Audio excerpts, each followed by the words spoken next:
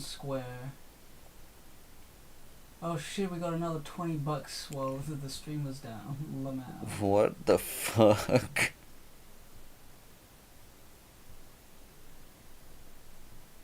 Hello Gib, it's AM in Australia. I'm gonna listen to this to sleep. Good night. I missed that right at the end. Okay, Oh, I streamed shit. earlier today. Lamau. Shit. You're getting some money lately from this streaming. That was just a couple generous people. Yeah, that was nice.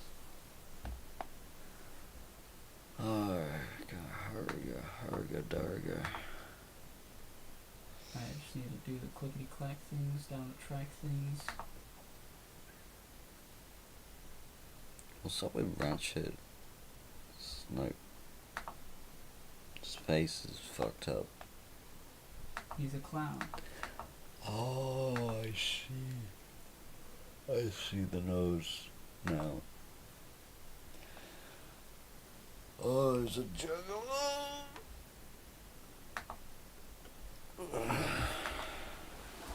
Alright.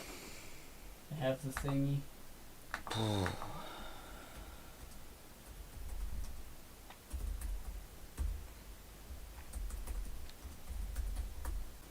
Now I get back on the chat. And, hey, Chip Wiseman here. Hey guys, Chip Wiseman here. Here to tell you about Chips. chips. Okay, hopefully audio's fine. Literally, alright, here's the clown ratchet. I did a few skill points earlier today. I've never seen this before. Yeah, we've never got this many. At the moment, the skill point I was trying to get just before I had to leave to do something was I have to shoot down like a bunch of ships that are around. And I've nearly got rid of all of them, but I couldn't hit this one.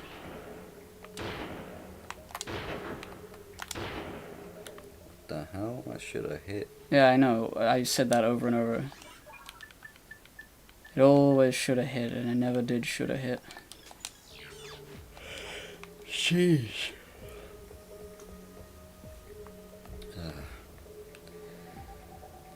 Shooting ships.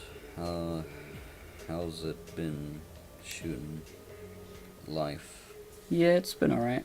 How are you doing? You feel a little dead? You sound a little destroyed. Yeah, sleep is a bit of a fuck at the Fucking hell. moment. I had a long talk with Travis on the phone about something, just stuff. But, it was a good talk and stuff, but like, they always go on way Fucking too hell. long. Right, I literally can't do this.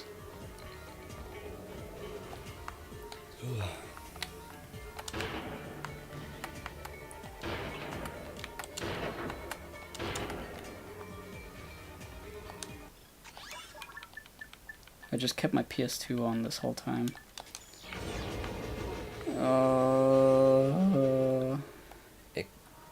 It looks like it goes there immediately, but it actually seems to travel, Yeah, which is confusing. very. It's the fastest thing alive, but, you know. Alright, okay.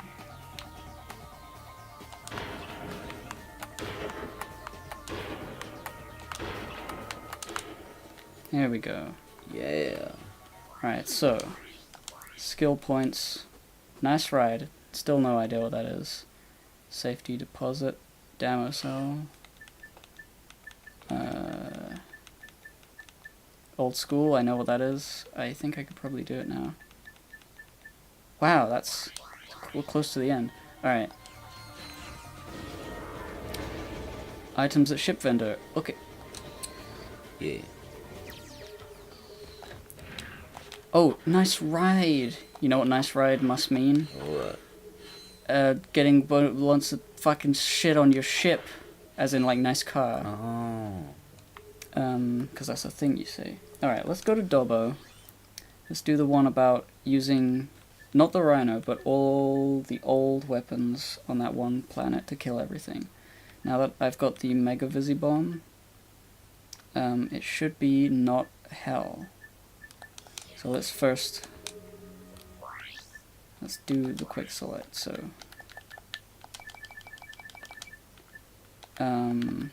we want the Walloper, the Bomb Glove, the Tesla Coil, this Visibomb. I think that was it.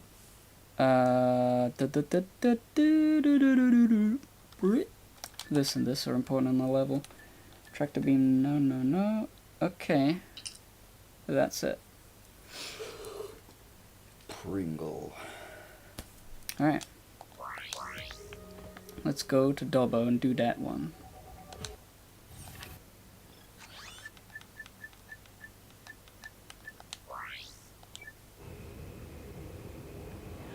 Burgers and chips. Yeah. Earlier, I was getting like 10 whole viewers, so I think streaming earlier in the day is a better idea. But it still feels like an end of the day activity. We watched the rest of the family, me and them, watched Once Upon a Time in Hollywood. Have you seen it? No. I mean, Tarantino movies are good, you know? I understand this. This is the case. But I don't like watching a movie. At least, like, not one that I already have planned to watch. I think, like, I've always had this problem, like... Is it, like, the right environment, like, family watching isn't... No, that's not it. Because, like, when there's, like, a show that we want to watch together, that's always fun. But, like Game of Thrones or Breaking Bad or whatever. But I think what it is, I only realized this just as I was thinking about it today. The reason I don't like it when, like, Charlie comes in and says, hey, we're gonna watch this film, is because I'm always doing something, and it's never... Like, sometimes it's important, other times it's, like, half important. Like, not actually a thing that I need to worry about making sure I get done, such as watching a YouTube video, and then I was planning to stream. I didn't need to stream, I didn't need to watch that YouTube video, I could have stopped and watched the movie. But the fact was, my plans were interrupted, and I wasn't expecting to have to do this. And that's the only thing I really dislike about it. Like, if it was my decision to watch a movie, then obviously, like, it's not even what movie it is, or even what time of day, it's just the fact that I'm being interrupted. My experience of the film is going to be hampered a little, because I'm going to be thinking, like, oh god, how long is this film going to be? When am I going to be able to get back to what I was doing? This is like an interruption, you know? Even though it's like not a bad interruption, and it's a good interruption, and it's a good movie. Yeah. But that's why I don't like movies. That's why I don't like, quote-unquote, watching films, is because they usually take a little bit of time, more than like an hour. Yeah. And they feel like interruptions. I don't feel like I've got anything to be interrupted by, like, you know... Well, that's the thing. It's not even that things are important. It's that it's an interruption. It's a mental thing, you know? Okay. Like, what I was doing, I was watching the RCK Minecraft episode, and, you know, I was enjoying it. I was like 2 hours in, and it's like 3 something, maybe 4 hours. I was near the end, let's just say. I know I was near the end. So, like, I could have easily, like, gone to watch the movie. This is the worst weapon in the entire game. Yeah. I could have easily gone to watch the movie, and it would have been fun and great and everything, but I don't know. I just don't like having that in the back of my head, like, this is taking up time that I could be using for my own thing, but instead I'm being, you know, put on this other thing. Yeah. I don't know if anyone else relates to that. I mean, sometimes I feel like that if I'm trying to do something, but Often I feel like I've given up for the day, so, you know, like, I'm not gonna get that chair done. It's just not happening today. Well, yeah, that's the thing. Like, I don't really think of it as in terms of like specific types of work that need to get done. It's just I'm doing this. Like, I don't want to say, oh, could you wait for like 40 minutes while I finish this YouTube video? So they may as well just start without me. In 40 minutes, once the video is over, I would have gone down. But like, the video, you know, they would have been watching the film. I don't want to make people wait. So if it's going to happen right now is never the right time. Yeah, I usually say just don't wait for me, and then, like, maybe I'll turn up, maybe I won't. Yeah, although that's like always a bad way to watch a film, I feel. I don't really ever enjoy myself as much as I do when I sit down to watch it deliberately. How do you mean? Well, like if you walk in like halfway through a film, obviously there's certain things that you aren't going to understand, and it's just sort of a bad viewing experience. I guess. How do you get that it's? Why do you think it's okay to like? I don't know. I guess I care less, and if the movie makes me care enough that I want to know, then I'll watch it again.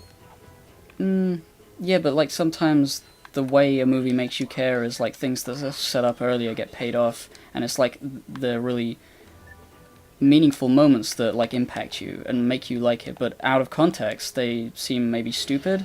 I mean, remember when Dad walked in on us watching the end of the Scott Pilgrim movie, where it's like he gets the sword of self-respect or whatever, the sword of love, and Dad saw that and was thinking, oh, this is something stupid, right? Obviously because he doesn't know any of the jokes or like the stuff that led up to, you know, that moment. Yeah. He didn't get any of the understand, you know, didn't get it. But then later, he watched the whole thing with us at some point because it was on TV, I guess, and he understood it, and he mentioned that, and it was like, oh, cool. Yeah, it's true. And like, I know that potentially, you know, I'm dismissing some media, but like, there's always gonna be. There's just so much, you know. So much what? Media, films, and everything. Finding the time to enjoy it perfectly, or, you know. Well, I mean, that's why it's sort of weird to me that you would watch half a movie and then watch the whole movie, which is like watching 1.5 of the movie, which is more time. I don't really think about it as watching the movie. I think about it as watching the movie with parents so that they're happy and Charlie's happy and whatever. It's just a sort of being around them. I don't really care about what it's about. Because, you know, maybe I will, maybe I won't. But, you know, if I care so little, you know, I've spent some time with him, I can just go. Because I'm bored. Whatever. I don't know. I've sort of stopped like doing the appearing for a family thing for the sake of other people enjoying me being there, because if I don't want to watch a movie, I just don't want to. Yeah. Like, I'll hang out for like lunch and like for an afternoon if there's just like talking going on. That's fine. But when it's a movie, they're not going to be able to talk, you know? It feels like it's kind of, it's nothing, like I'm being there, me showing up is all they want, but what they really want is for me to have a good time and watch this movie, and if I'm not enjoying it, what is the point? That's true. How do I get down to the place where you do the stuff? Do I just jump down? I think I do.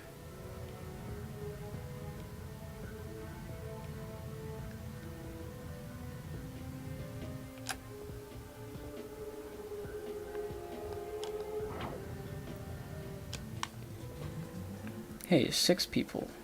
6 people? Oh my god. Oh my god.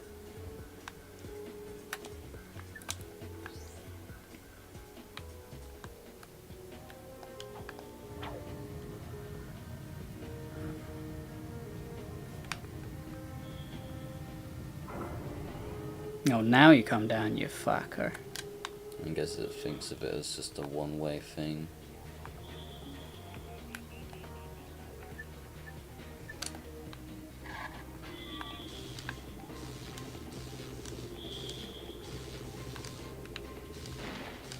Yeah, fuck are you. Hey, fuck are you? I need to kill every enemy in this area. Hello? Guess they don't give a shit. I guess they don't. If they don't get alarmed, then. No, they're just regular enemies. I think it's because I came from the other direction. I remember there used to be like alarm things along the side, and they would have alerted them or something.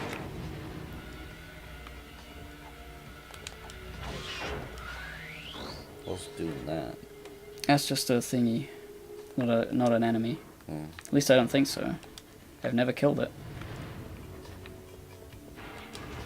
I like how they turn around and they're like, because they're robots, their legs don't need to, you know, they can just face you and walk in any direction. And that's just sort of part of their charm. It's like cool. Fucking robot. Yeah, fuck robot.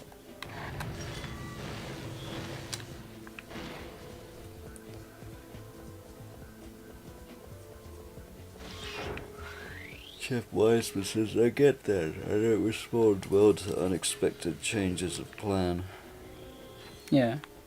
It's not even like, you know, a big deal. But it's like, you know, a weekend happens and in my head I've got a bunch of things I want to get done. There's on a Sunday there's the PCP, so that's always there. Got a skill point. Oh yeah. Got it. Ooh, new shit. Burr. But like, you know, for everyone else, a weekend is a time for, well, we're gonna have food, we're gonna have a nice dinner, and then during the day we can hang out and like watch films, do a board game, something nice. I mean, usually during the summer it's nice and summery and sort of sitting outside with, you know, water, and it's a lovely thing to do, and I do it sometimes. But like a film feels more of like an entire chunk of time where you can't leave halfway through. Like hanging out outside with a glass of water, you can do that as long as you want, and you can leave as soon as you feel like. You know, dinner is obvious. You finish dinner and you hang out for a little bit and you talk, but you don't have to. You can leave when you're finished for eating. A film is like, it feels weird and awkward to be watching a film and then be like, well, this is taking up too much of my time, see ya. And it's like, you distract everyone from the film by getting up and leaving, and you don't get the experience of watching the film. So it's like, I'd rather just forego the whole thing. Never films ever. That's my stupid thing I do. Fair enough.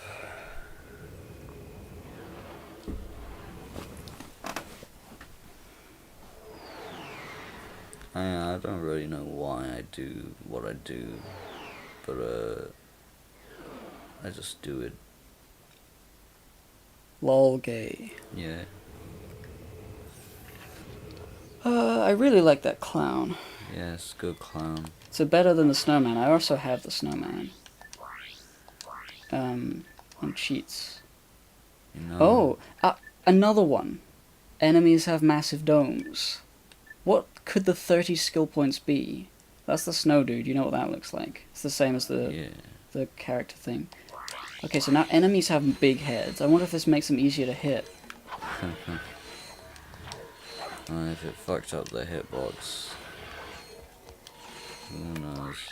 Okay, what are the skill points here? Nice ride, get your...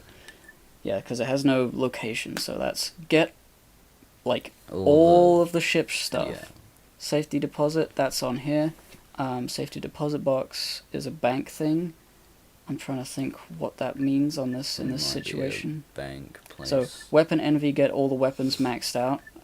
Probably. Nano to the max. I need 2 more, I think. 2 more nanotech thingies. Is there like a ATM on this planet or something? Maybe. So that's it. After Damosel, all I need to do is like do a bunch of ship stuff to get raritanium, or go in the desert. Actually, I'd rather do that. Get raritanium in the desert. Um, pimp my ride. Mm. Get weapon stuff up, and then get the 2 nanotech things. Yeah. Is there any place? There is a little place. There's a little place right there. Fuck, I'm depressed. Lol. Why? I just am. Like, I don't know. You ever thought about not doing that? That's what I'm doing when I'm depressed. Man, wouldn't it be great if I wasn't depressed? Oh, gee. Wow, that would be fantastic. But, I'm Cliff Booth. I don't know. Oh, I made the enemies have big heads, so now the protopets are just big. Yeah, I was wondering what was up with that. I know I've done this, but I think I'll just do it anyway. Yeah, well, I mean, depression is like a different thing for everybody, so I can't give you any advice I know. until you say, I just well, you wondering what the fuck is up, and I need to say it out loud until something makes sense. Alright, go ahead. Sure, what is up? Well, how have you been feeling physically? Physically, dead. Why is that? I don't know, probably just like the sleep. I'm sort of torn between two worlds again. I thought I was out of that, but like, you know, like I got friends in America, and also the family here and stuff, and I can't decide which time zone is more important. I mean, obviously I gotta be up in the day for lunch and stuff, but I come down all groggy and shit. I don't want to be like, I'm grateful for like all the food and stuff, 'cause it's great, but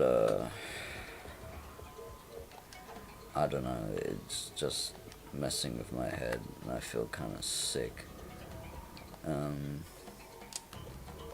Blech. Do you think, or when is the time you go to bed from talking with American people? Like, not consistent, but like,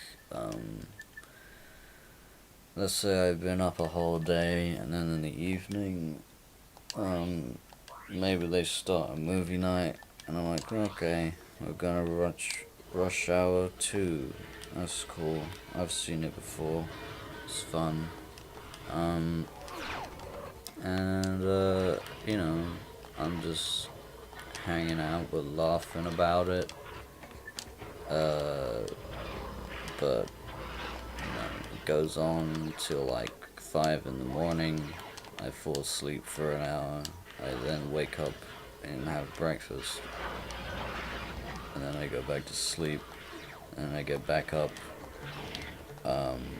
when it's like, I get called down for food.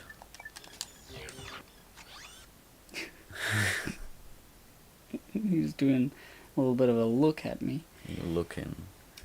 I would say 5 a.m. is a bit much. Yeah. For when I often do the same thing. I'm like in GCF, like in calls and stuff, and just chatting. The thing is, though, I feel real fucking lonely, so I need shit like that.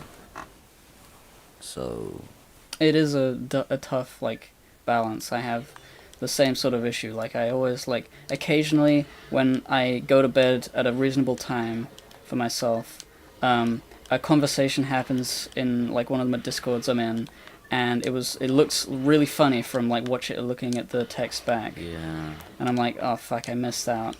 I hate that. It sucks. Yeah. I was at the table one time, I can't remember when, like, talking to Dad, trying to, like, open up about problems and shit. Didn't go great. I was just like explaining like the tiredness of all the like torn between time zones and like the reason they're friends is because like I haven't got many friends in the UK because I can't find many people in the UK so far that I relate to. It's just unfortunate, and I have found people who I relate to online. So it's just sort of like, well, okay, I gotta do all that like searching till I find someone who gets me, I guess, in the UK. Internet friends are way better than real friends. Yeah. Because But they're better in reality. You know, like you meet them and you're like, yeah, this person is cool. And like, you know, I met this cool person because of the internet, but it's not cool because of the internet, it's because the internet allowed me to find somebody that I can relate to. But like, being on the internet sucks, and being in person just is better. What I mean is like being able to find people that you relate to is something that I think like parents maybe don't even understand as a thing. Yeah. Like all of their friends their whole life have been like people around them physically, and they've got a small pool to draw from. Yeah. I don't know how many people they truly resonate with in the world, which is kind of weird to think about. Yeah. And since, you know, I mean, I've got so much like good friendships out of being online. Yeah. But yeah, like in terms of like sleep schedule, I think it's something you have to balance. Like sometimes I do stay up late. I mean, that one time we played Ratchet and Clank, I stayed up really fucking stupid late. Yeah. And but I still managed to wake up like in time for a meeting the next day I forgot I had. I only needed to postpone it by like 20 minutes while I was getting ready, but like it was supposed to be at 12:30, and I postponed it to like 1.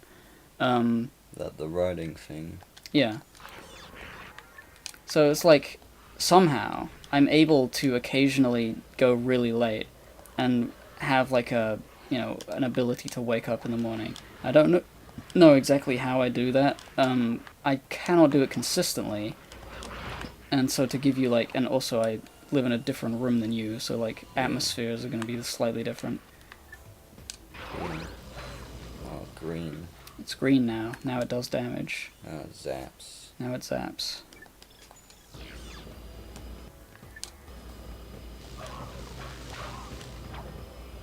That's way better. Yeah, way better. I think that if like the choice is between you feeling so tired that you can't like be happy, do it all the time.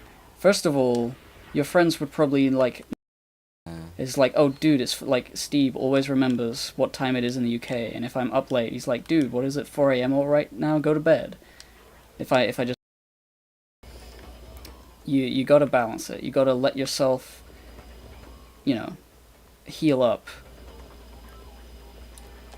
Yeah.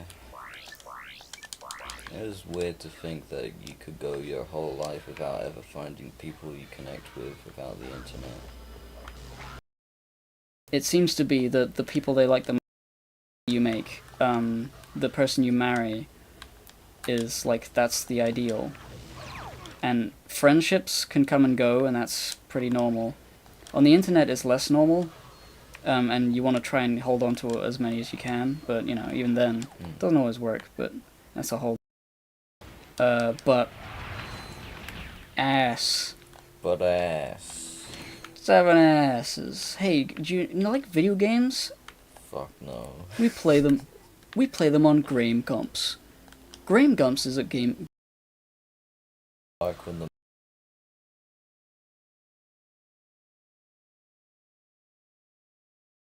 Dan and Aaron. yeah. And this other one, which is a Megacorp nothing toy. Yeah. It's just Nothing. Oh wait, I get it.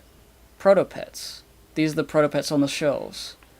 I see. Story. World design, level design. Man, that's cool. It's pretty cool. What are those green ones? Look at them. I looked at them, they're just sort of like numbers. Or bolts. Bolt. Eat bolts. Eat bolt.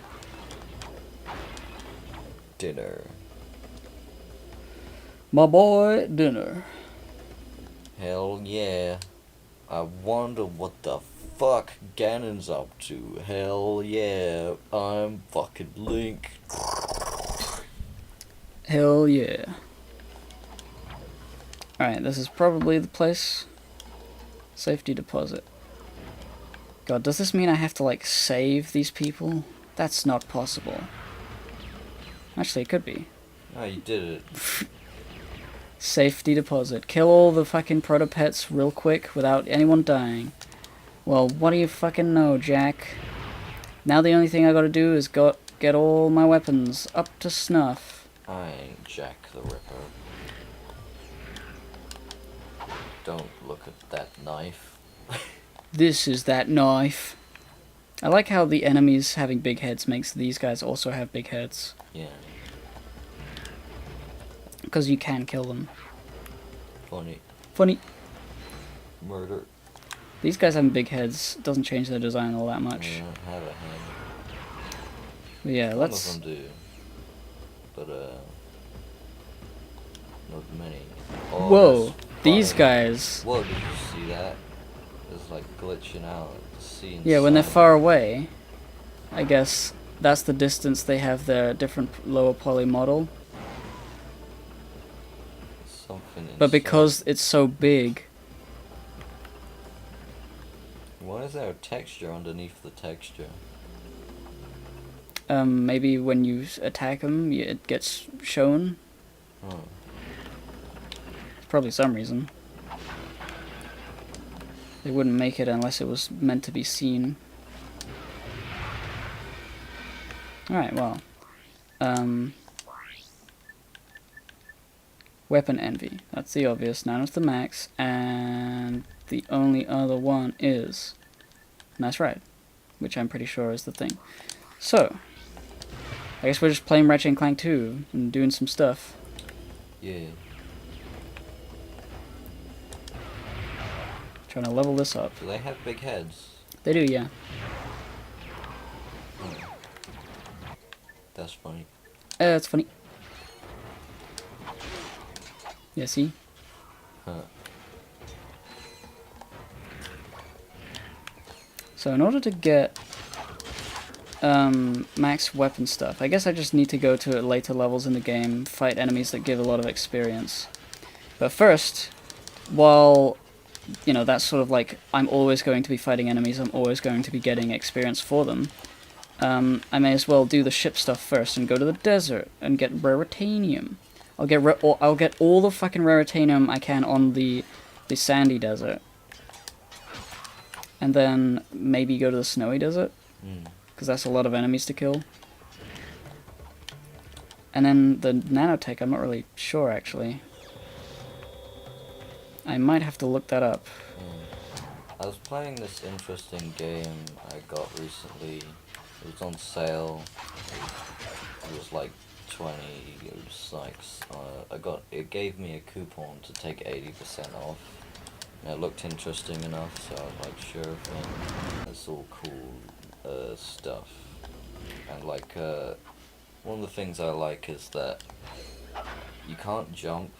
You're just a big heavy iron whatever you call them, Templar, fuck, in the big armors, and like, because you're in those big armors, you can't look directly up or directly down. It very much feels like, yeah, I'm in a big hulking spacesuit that's like fucking difficult to move in, but it allows me to like take hits and shit, and like your armor gets beat up in certain ways, and there's like scary monsters and weird aliens and shit, and like something about Warhammer is like they have machinery, but it's like spiritual machinery. It's powered not by electricity. It's powered Oh, by spirits in the machine and communing with the spirits, which is like fucking cool, weird shit. is the stream like terrible? Like we went from like 7 to like 3, and then for a second it went to 1. I don't know. Like, is there anything wrong with what's going on? Is the audio fucked up? I mean, people would probably say, but it's just sort of like maybe it's the exact worst time to be streaming. Maybe someone else is streaming. Yeah. This yeah. is this is why I don't like to look at who's watching. How do I change this?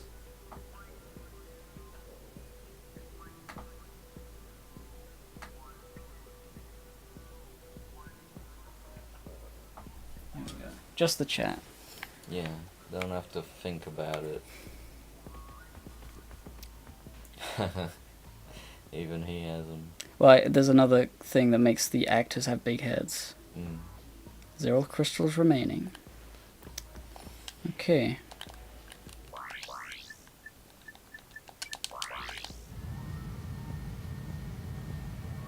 see it spawning. Probably be something like vehicles have big heads is the 30 skill point one. The most useless, terrible skill point that doesn't matter. Oh, Ratchet has a big penis. And you could see it. Live! We'll do it live.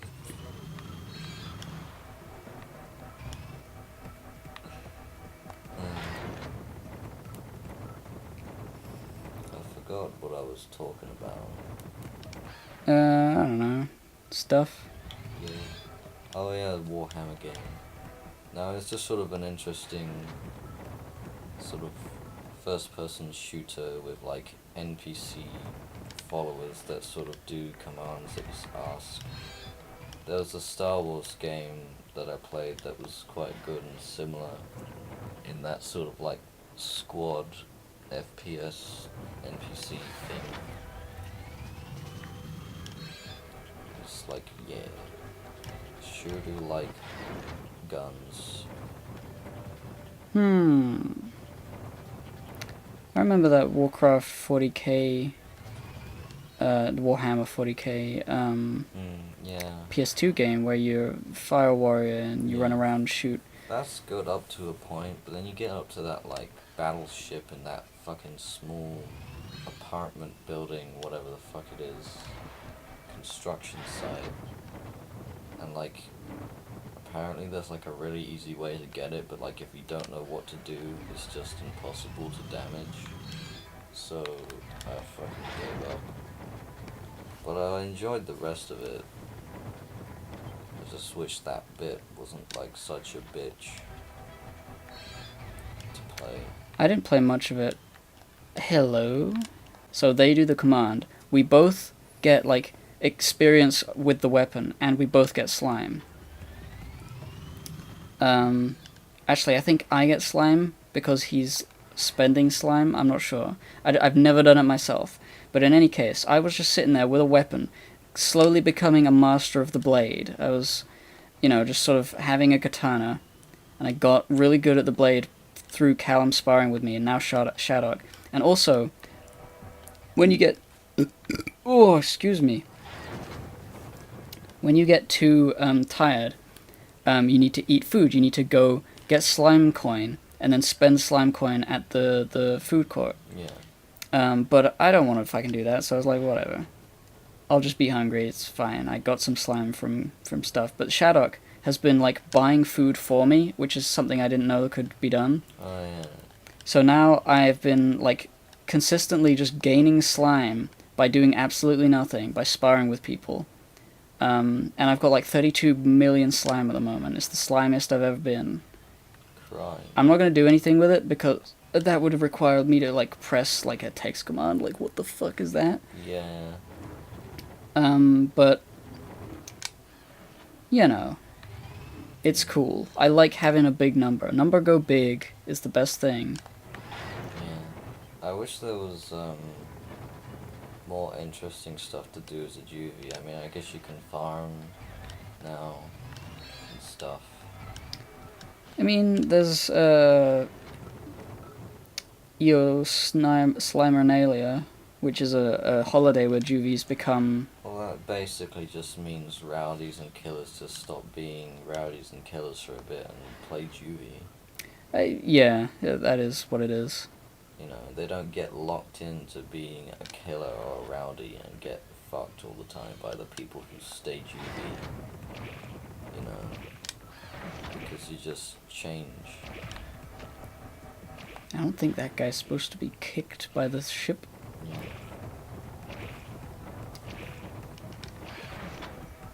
Since Shamblers were around, there was talk of, like, some, like, pushback. I don't know how, like, real this is, but, like, the idea of, like, Plants vs. Zombies, but in Endless War.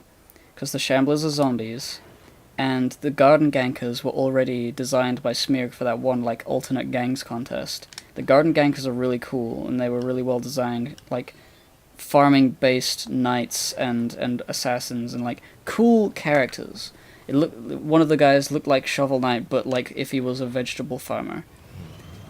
So, like, that idea of, like, juvies being able to do garden ganking, as in, like, Plants vs. Zombies, as in, like, the only way to combat Shamblers is by juvie garden ganking.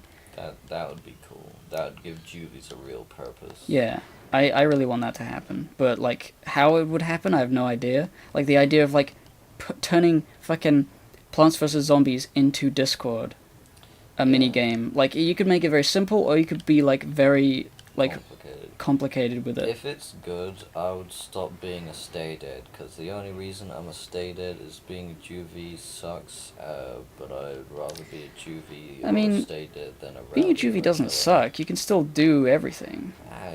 You just can't do the killing and the combat stuff. You just get completely crushed by killers and rowdies, though.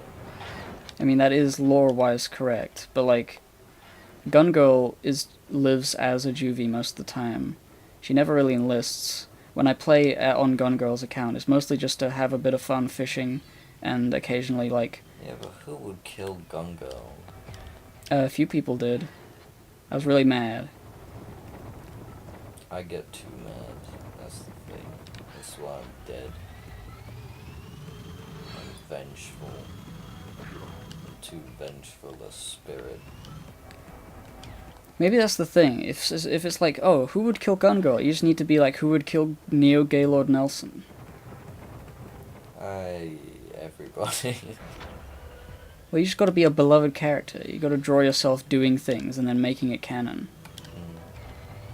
I'll raise from the dead when people love me. No, people don't love stay deads. Stay deads, you either have to be... If you're a stay dead, the only path you have is to become a supervillain. If you don't do that, then you're basically nothing. But, you know, any juvie can rise from the ranks and become, like, a really cool person. If anyone can... How do you become a cool juvie?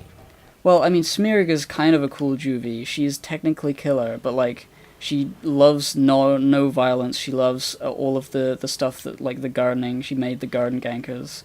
She loves all of the mini-games in Endless War. You know?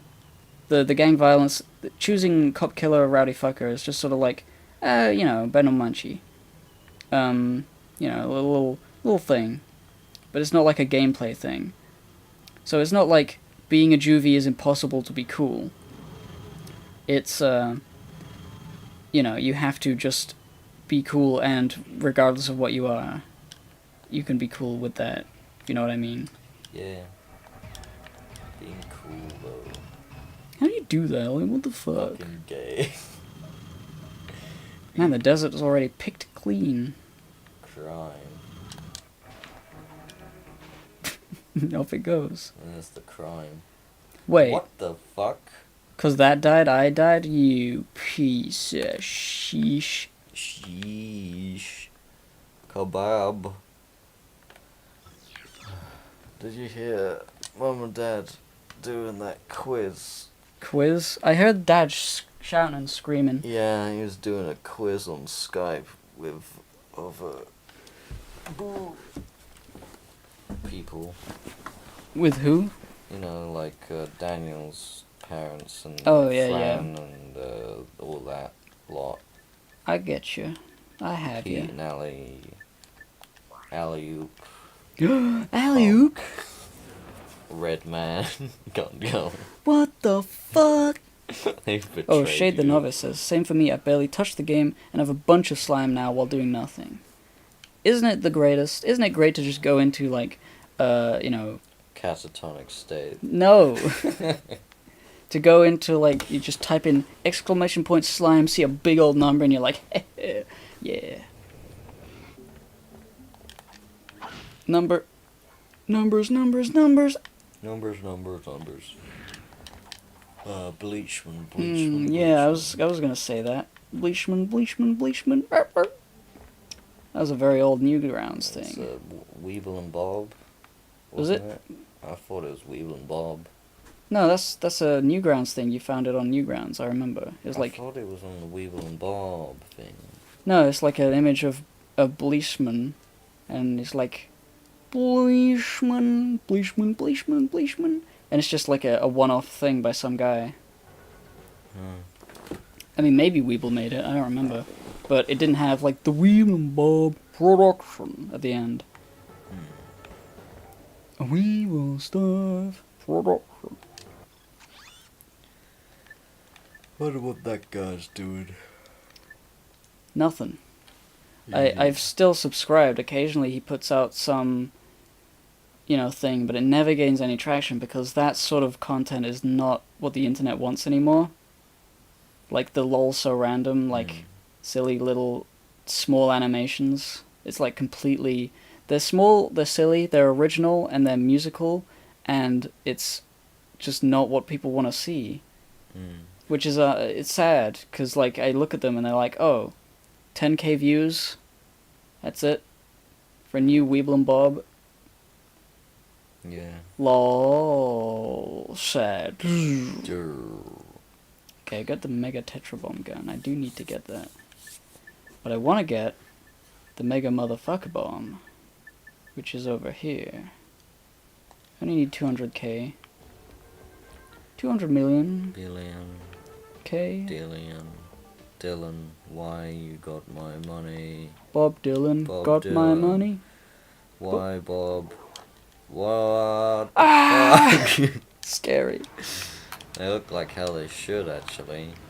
That looks like, you know... God, they're like giant, like fucking... They look as scary as they are. Yeah. There's something about that. It's like a giant, like... You know, Demon mask. Yeah, an oversized, like, demon or tiki mask. Oni kind of thing. Oni, yeah. Oni NG. Okay, how do I get up there, then?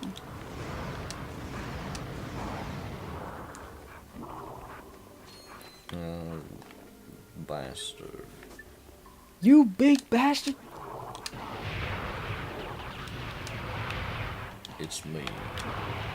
Dynamite Pete. Dynamite Pete. Bastard. Bastard.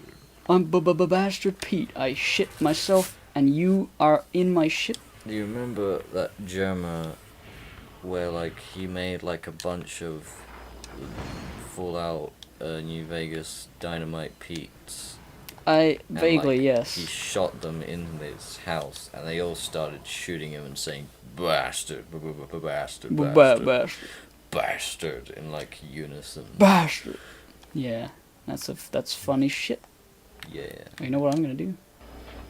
I'm gonna destroy them. Whoa! With a little baby. I wonder what the even more upgraded version of this guy looks like. If he's like a different color. Don't know. No, that was it. Okay, so what I need to do... Is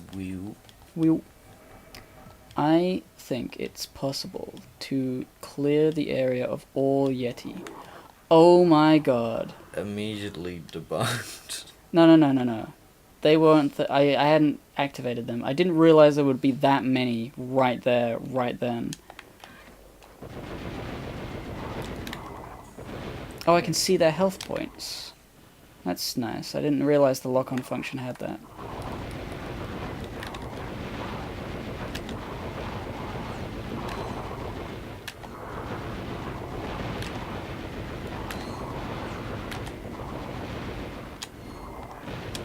It does feel like they were supposed to be designed with big heads. It's Well, strange. I mean, they look good. I think it's really not that they look like they were designed for that, but they look like they could have been. I always thought like the small head on the big body was supposed to be like, oh, it's comical kind of thing, proportions. But this has just gone in the other direction, except it looks somehow more reasonable to me because the horns are so big. Yeah, I didn't even know they had horns. I never really looked. Yeah. Alright, so this is doable. I just need to, like, make slow progress around the area. Get all the rare Ratanium as I go. Like that.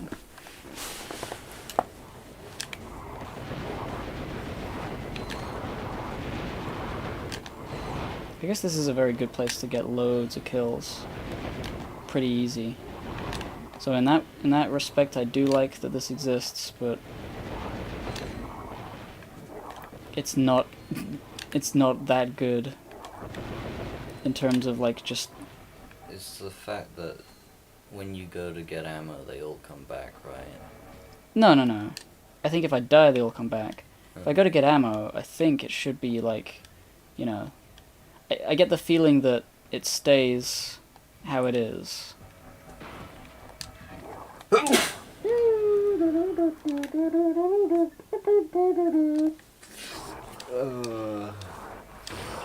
There goes my nose and my brain.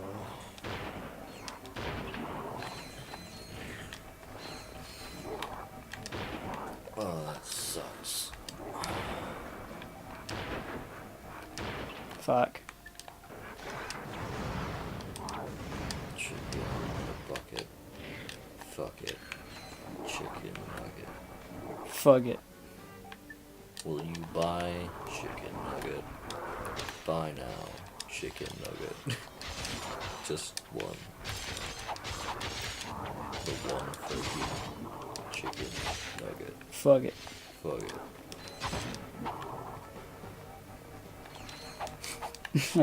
They almost went back. They just sort of landed on their head like, oh, wait a minute. Wait a minute, there's a guy here. Oh, the ammo. That's alright. Is there such a thing like in the first game when you get that remote ammo by? No, there's nothing. Nothing like that. Which is strange, because this game needs it way more than the first one does. Yeah. Actually, the first one does need it, but like, It needs it way more. I don't know whether it needs it way more. That's an exaggerated thing. I don't really. No, I think. There's loads of more weapons, so like if you have the money, like earlier on in the game, you need it, but once you get a bunch of weapons, you don't really need it. I don't feel like I run out of all of my damage potential. Yeah, but some of it sucks. Like, when you're gonna use the spider in a situation like this? Never? Exactly. So that's basically ammo that doesn't exist. Yeah, but the spider doesn't have a lot of ammo. Like, if you think about, like, the heavy bouncer, and the mega heavy bouncer, and the super mega heavy bouncer, that's like 60 of, like, super bombs.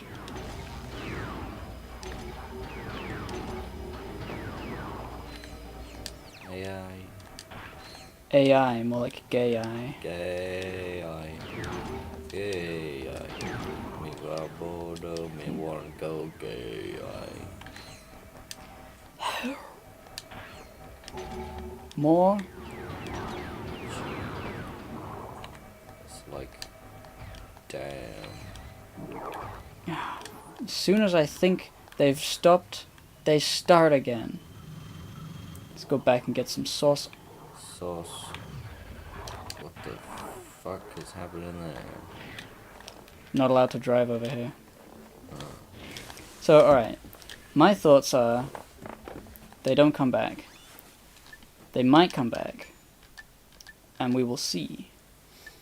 Yeah, if you go to that place you were at earlier, where you definitely cleared them out, you can know.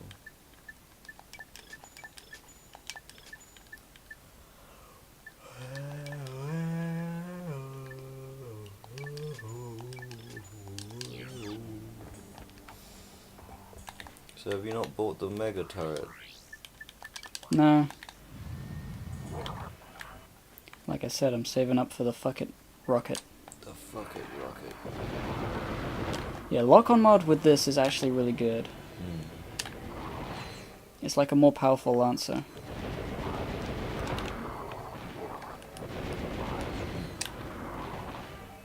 And it's leveling up pretty quick.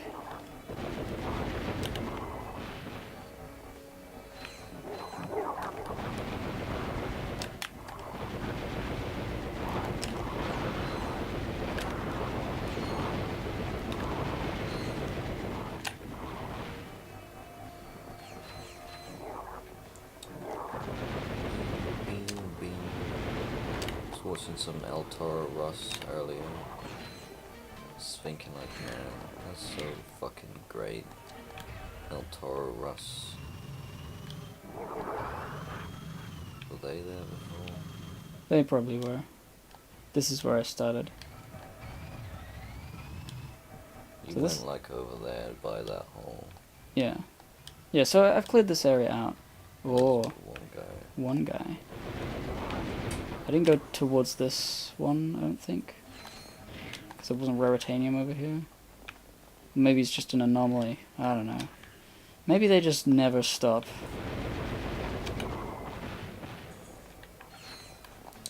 Sheesh. Sheesh. I still feel like shit. God damn it. What do you think would solve the problem? I really don't know. I just... We'll go back to the question. Why do you feel like shit?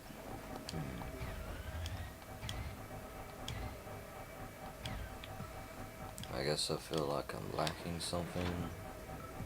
I don't know.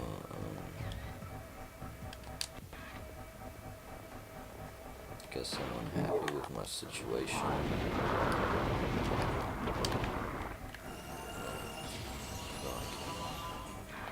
The average gun.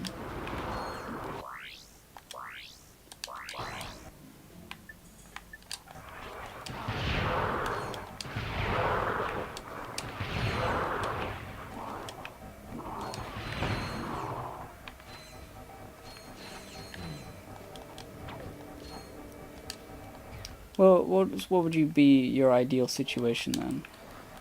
Well, I'm thinking about like work and everything, and like,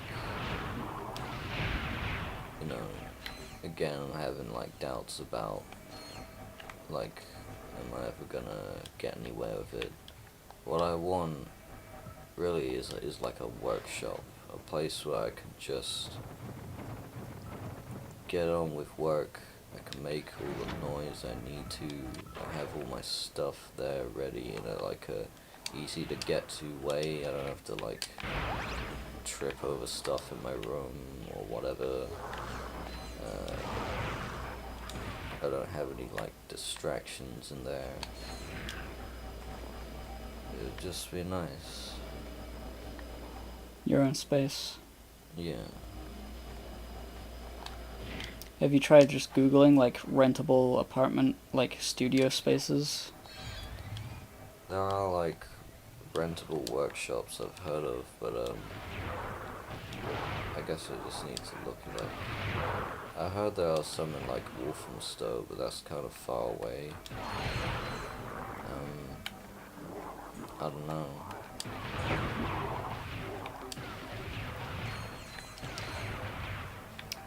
What do you think about the idea of like if it is in Walthamstow, right? Where is that, roughly? I forget exactly, but I think it's on the Northern Line. At least that. Oh, if it's on the train there. Okay, I thought it was like a different town. It might be. Well, a different like like a proper train rather than a tube train away. It's. I don't think it's like outside of London, but it's a ways from here anyway. But that's the thing. Like, I don't have a car. I need to get all my stuff over there, and like, I'm still anxious about learning how to drive. Well, I mean, if you're moving stuff into a studio, you don't need to have a car. You could get a mover to do it, right? Yes. It would be much helpful to have a car for that, but I don't it's not really technically. have money. Like buying renting a workshop place. Like, I'd need to be able to afford that.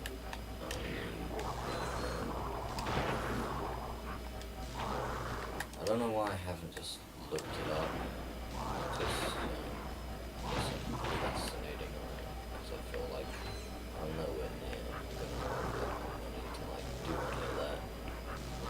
But it, like, the projects that I've got to work to get there just aren't happening because of the environment that I have to work in. What I would be doing and would make me feel like better and feel like I'm making progress would be the loop. That would be like, oh yeah, that's leading to like an industry job. I can like work in the industry before like working on my own stuff. Have a job, have an income, have some proper experience. You know, that's like, valuable to me, but like, while we're in quarantine, I keep thinking like I've got to work on these things that I have. Like, just this environment doesn't really allow for it, so it's like just really frustrating video that I haven't finished yet. But I should really just like upload it so I can look at my phone, look at it on unlisted or whatever.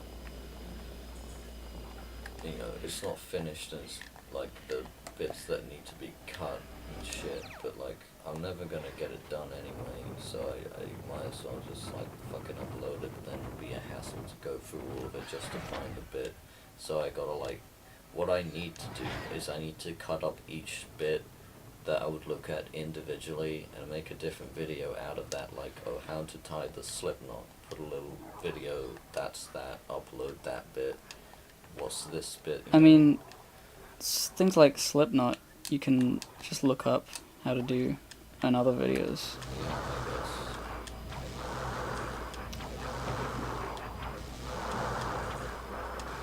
I mean, that's not difficult to do, just to watch a video, be like, okay, that's the explanation there, make the video, like, cut that part out and then render it separately.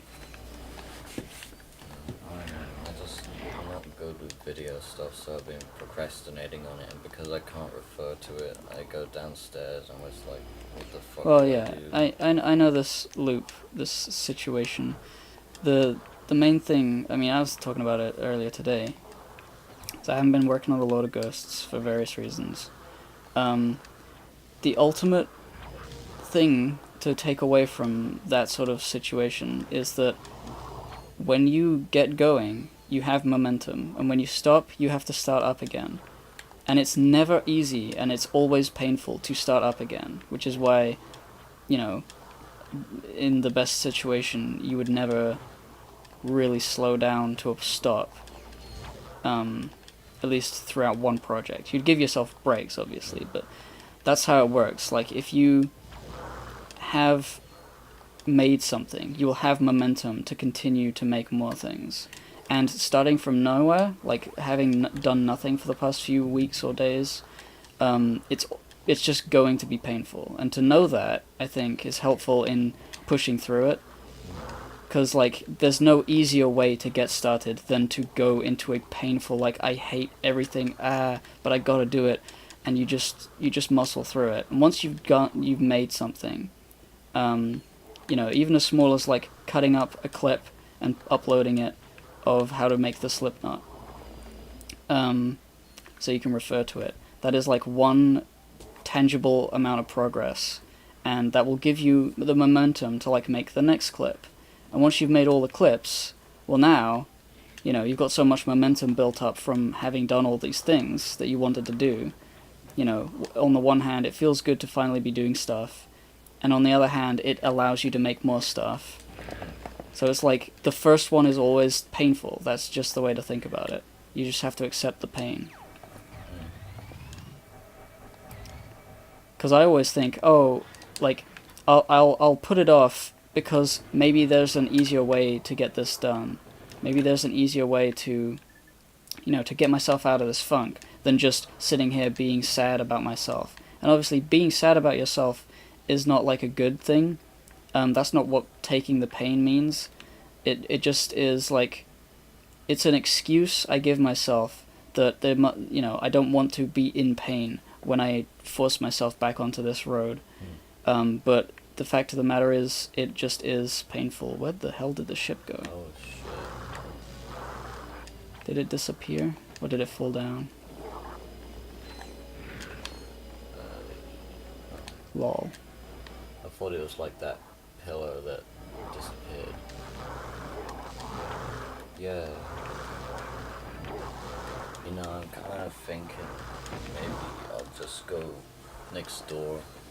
I'll do that clip and I'll come Do that right clip. back. Yeah, do that clip. Come right back. I also need to go to the toilet though, so I'll do that first. So I'll do both and That will work in the real world. Like the idea that, trying to find the easy way out, the less painful way out, is a way to procrastinate. To understand that you will feel pain. Because that's just how it is. Sort of like freeing in a way. You don't need to worry about it. You're gonna be screaming and crying about this stupid shit, but then once you've done it, it's good. Simply saying you just have to start isn't enough. It needs to be, like, explicit. There is going to be pain. I think that's the thing. All these motivational speakers, they always have this bit, like, just start. They're not mean enough. They're not, like, brutal enough, because it feels brutal. Every time you're in one of these funks, it feels brutal trying to get out of it. They never feel brutal enough. They never sound like they're, that blood will be spilled. Because when you're in an emotional state like that, you're thinking in terms of that nature.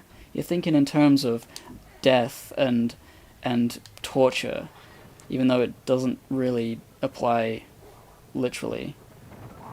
God, no.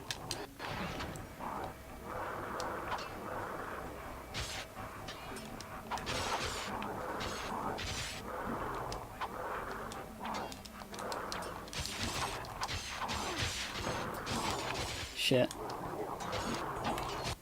There's so many enemies behind me. I'm dead. I cannot do anything about this. Fuck. I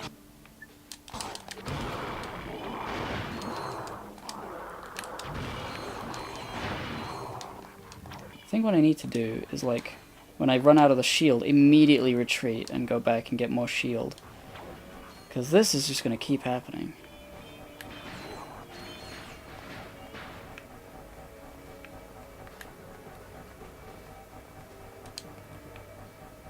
Look at all that damage it took while I wasn't even in it.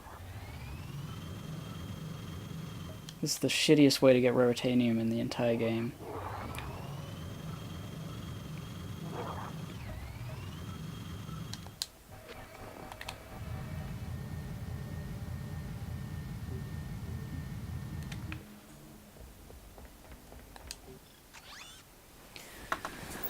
Okay.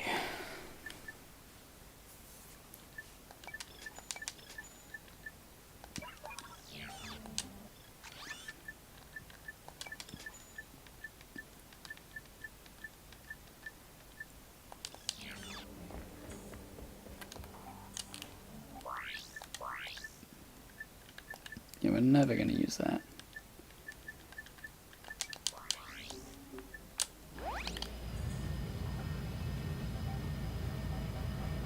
So all I need to do is never get hit. Easy peepee.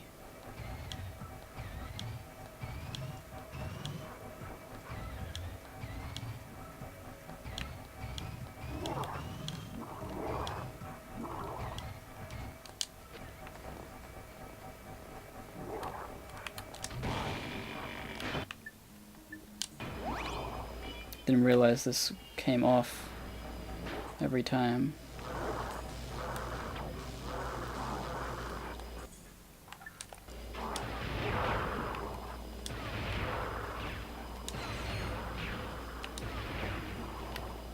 This one's very close.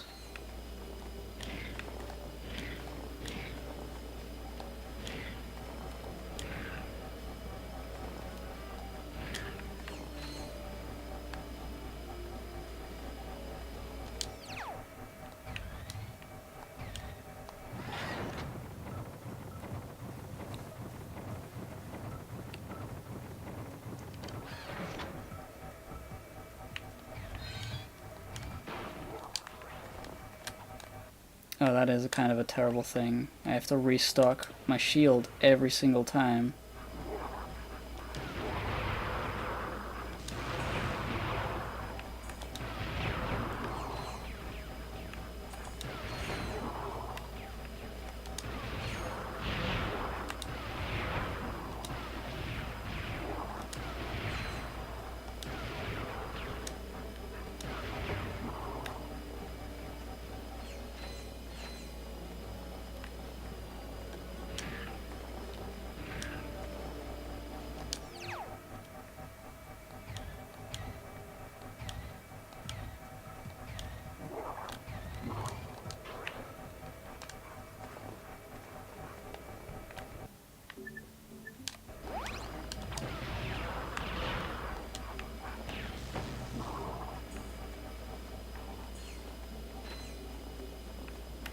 I have to look around first.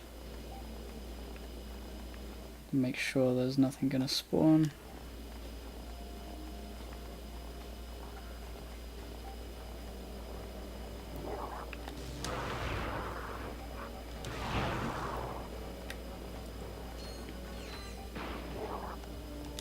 Yeah, there's gonna be a bunch from there.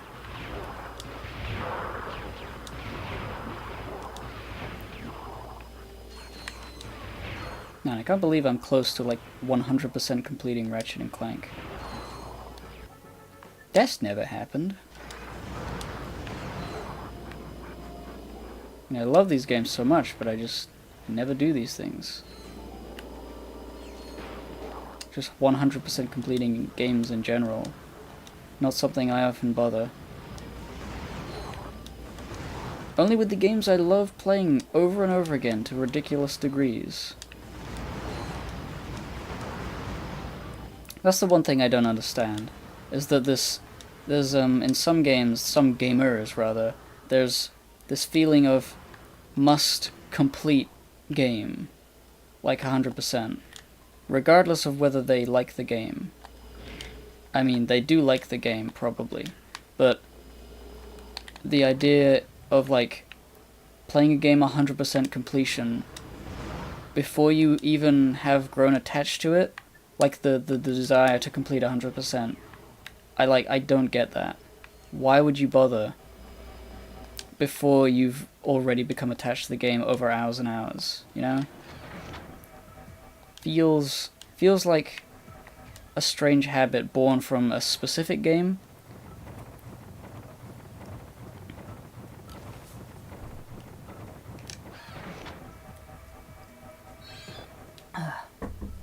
Being able to drop something you're not enjoying is a powerful skill. I suppose it is. It doesn't feel like a powerful skill. I do know, though, that, like, I have indulged in stuff that I'm not really into just because, you know, I mean, I finished Naruto, right? I had long since stopped caring about Naruto. Hey. I did it. You did it? I didn't do exactly what I wanted to, but I guess that was the thing that I was keeping me held up instead of... Like, I wanted to edit in, like, because I felt the footage wasn't great, like, zoom-ins and stuff, and pauses to look at bits. But I've just decided to, for now, just upload the raw footage of what I have, unlisted to YouTube. So I can look at it when I'm downstairs. And if that isn't good enough, then I'll do more, but I might as well just make it easy on myself. Yeah, some easiness is better than 0. How's it been? Oh, nothing much. I've stayed at 2 health. So, I'm doing alright. I was just talking about how, you know, how it's somewhat like difficult for some people to not 100% complete a game, and the idea that some people want to percent complete video games the first time they play them, or like they go into it wanting to do that, even though for me, I only bother completing games that I already have spent loads of time with, that I know I like to play a lot, like this game. Like, I would only ever consider doing this unless... Like, I wouldn't consider continuing to play a game if, say, Ratchet and Clank 3 is, like, a bitch to 100% complete because of, like, a really difficult mission or skill point or something. Like, I might give up, because at some point it gets to, like, being too difficult. Yeah, you just go to when the fun, like, really just stops. Do you feel like you have the ability to stop something when you're not enjoying it? In what context? Well, he was talking about, like, what's his name? Very Chilly Squid. Being able to drop something you're not enjoying is a powerful skill, and so is being able to pick up something new. Being able to drop something you're not enjoying? Yeah. Like, maybe if it's, like, got an addictive element to it that's tricked you into thinking that, you know, you're getting something out of it when you're not. And it just takes realizing that and having the willpower to say, well, fuck it. I guess the only thing that might keep you there is, like, maybe, like, a depression and a lack of, like, stuff to do. So you're just like, well, I could either think about death or distract myself. So, you know, I'll rather distract myself with this game and complain about that. fuck, ship's gonna explode. You know, ideally, you shouldn't have to, you know, you should be able to distract yourself with things that actually make you feel good. Yeah. It's easier said than done when you are depressed, and sometimes nothing really hits that spot that helps you, like, feel something. Sometimes you have to do something that's completely out your comfort zone, like, maybe this sounds weird, but just, like, I don't know, like, I hadn't watched anime in a while, and I decided instead of, like, playing a video game where, like, everything is contingent upon, like, what you do, you could just sit back and watch an experience about the story of someone else, rather than worrying about, like, oh, I'm gonna fail at this game, I have to be good at the game, I have to do this. You could just take a more relaxed type of media, because, you know, video games are fun, but they're often intense, and they require stuff from you, so sometimes put down the video game, switch it to something more laid back, not YouTube content. Nah. I was gonna say, YouTube content is like... something more enriching, something that you don't do often.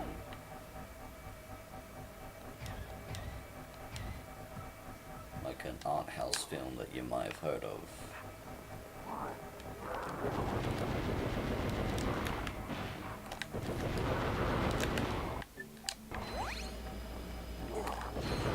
Oh, I always forget, like, the long list of things I should watch in anime. Every time I think, maybe I could watch an anime, oh, I don't know what the things are, whatever, forget it. I just keep I've made a Discord that is just for me, and I just put lists of stuff that I care about at some point in there. Not YouTube stuff, but like action stuff that, like any anime recommendations from friends that like I trust they have cool things and not just sort of like weeb trash. Although, who knows, maybe something that like looks like that could be, really awesome. But yeah, no, I trust my friends to know the good stuff. So far it's been kind of good. I watched one called Golden Boy, which was really funny and fun. It's about this sort of guy going from place to place, and he's like a really funny fucking weirdo pervert, and all the girls fucking hate him. And there's usually a girl in each place that's just like, oh, this fucking guy, he's such a fucking idiot. But then it turns out he's actually really based and cool and shit.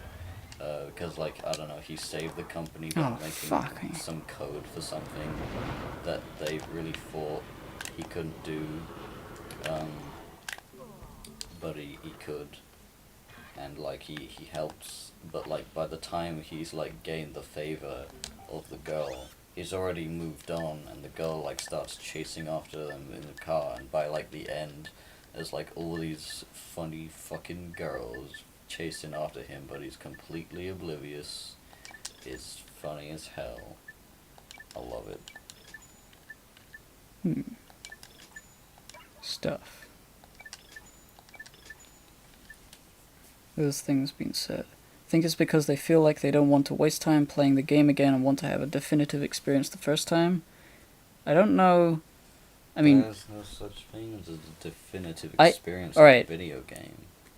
Sure, but like, I feel that if people do think that is kind of a flawed, like, it sort of shows that the thing they're doing is something that they don't like if they feel like playing it again would be a waste of time.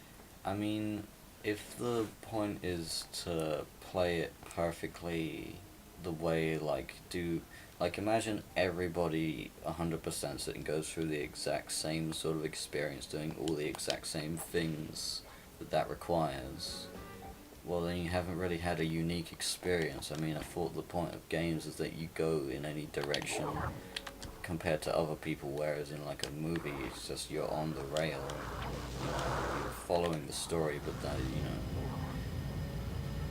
in games to lesser or greater extent, you have control of how that turns out, and like, I don't think that, in order for it to be valid, you need to do everything. Right? Yeah. Duh. Sorry. Oh wait, the Raritanium respawned. So I guess there's no way to get all the Raritanium. You just drive around and you get what you can. Huh. Well, you know what? I'll come back, maybe, but I don't like this place. See how much you need in the first place. Yeah. Golden Boy's my favorite mountain goat song, says Very Chilly Squid. Mountain goats, huh? Who are they? They go by... I'm able to so easily drop stuff that's kind of... I'm able to so easily drop stuff that is kind of bad sometimes. Like, as soon as I stop enjoying something for even a second, I'll drop it. I mean, there are things that are good immediately and all the way through. There's just not many of them. So, I don't think that that's, like, bad, but it does mean there are less things that you can enjoy, which, I don't do a lot of, like, media watching, so something has to be really good for me to give a shit. Yeah. Lately, like, I know, media is good, right? You know, media. But at the same time, sometimes I just want to sit in my room and exist in the world without consuming stuff. Yeah. Like, sometimes it just like thinking about every second of your life as which show should I watch? You know, they can be really enriching things, but I feel like sometimes it can be oversaturating. You know, like over dominate your life with all these ideas of like all the things and all the culture, and I'm sure it's great, but like you gotta pick and choose sometimes, and I think sometimes fretting over, you know, your time and all that. Like, I don't know. I guess I don't see my time as that precious, and I just sort of do whatever. Does that make sense? It does. I don't really have much to say about it myself. There's that thing Shadenova said. I have that compulsion to complete something, even if it's not. If I'm not enjoying it, it's like an OCD thing for me. It hurts if I do something. If I do something half done. I understand that, like, as a reason why you would try to 100% complete, which is why I hate games that have so much of that stuff, because, you know, kind of exploitative, in a sense that you're sort of stringing a person along who wants to see the checkboxes clicked, and if they don't get that, they'll feel bad, even if they're not really enjoying the thing they're doing, and so they'll completely complete the game. I have part of that. I'm able to stop when I get frustrated enough, but I still fall into the trap of like wanting to see something complete, because I do like that. And I was saying Assassin's Creed Syndicate has that effect, and I know it does, but I can't stop until I got to the fucking almost 100% completion. But I'm able to just, I'm not able to not fall into that trap of doing something that's mediocre but okay enough and getting it to 100%. But I'm able to like stop at like 98 or 97, because it's like I've done basically everything. I think that's what the difference is. I don't have OCD because I can do that, like, I got basically there. Also, I think I was sort of zoning out through some of these conversations, but you were saying like, you want to exist in the world, instead of consuming media. Do you feel like, I feel like I've had this discussion on the PCP once, but like the idea of the anxiety of like, oh, there's so much media, I should be spending my time consuming it, but at the same time it's supposed to be entertainment, and if I don't want to do something like that, the pressure to have experienced certain media sort of ruins the media if I do force myself to watch it or play it. Yeah. So I just do what I feel like doing. Yeah. Yeah. I think about sometimes the completionist aspect of some things. Sometimes I think, it'd be nice to, like, complete something. Like, I'm currently going through Monster Hunter, and, like, completing that, like, getting every armor and weapon and killing every single monster there ever was. That could take forever. But, like, I've sort of culled it in some sense. Like I say, well, I'm not gonna do the weapons that I don't give a shit about and that aren't fun to use, so basically just the longsword and the heavy bow gun is all I care about. And I'm just gonna do that until I'm happy, and I feel like, yeah. A lot of the time, it's kind of weird because I feel like I give up so easily, but at the same time it's also kind of helpful because it does help me just sort of like stop a game, because like when like I feel just like, just feel like I don't really care anymore. I guess for some reason, because other people care, I wish I cared so like I could like feel what they're feeling and join in and be a part of all that, you know, because I want to be involved. Like with Pokemon, I tried to get, into Pokemon Go, and like I wanted to be in the conversations with everybody, but I just like, I guess I just don't really care about Pokemon as much as other people do that I know, you know. Yeah, I've always had a few things like that. I mean, Monster Hunter was one, Magic the Gathering, things that my friends at uni would like, and I couldn't, I could have bought the game and tried to get into it, but it just didn't look like my sort of thing. Yeah. But it was alright.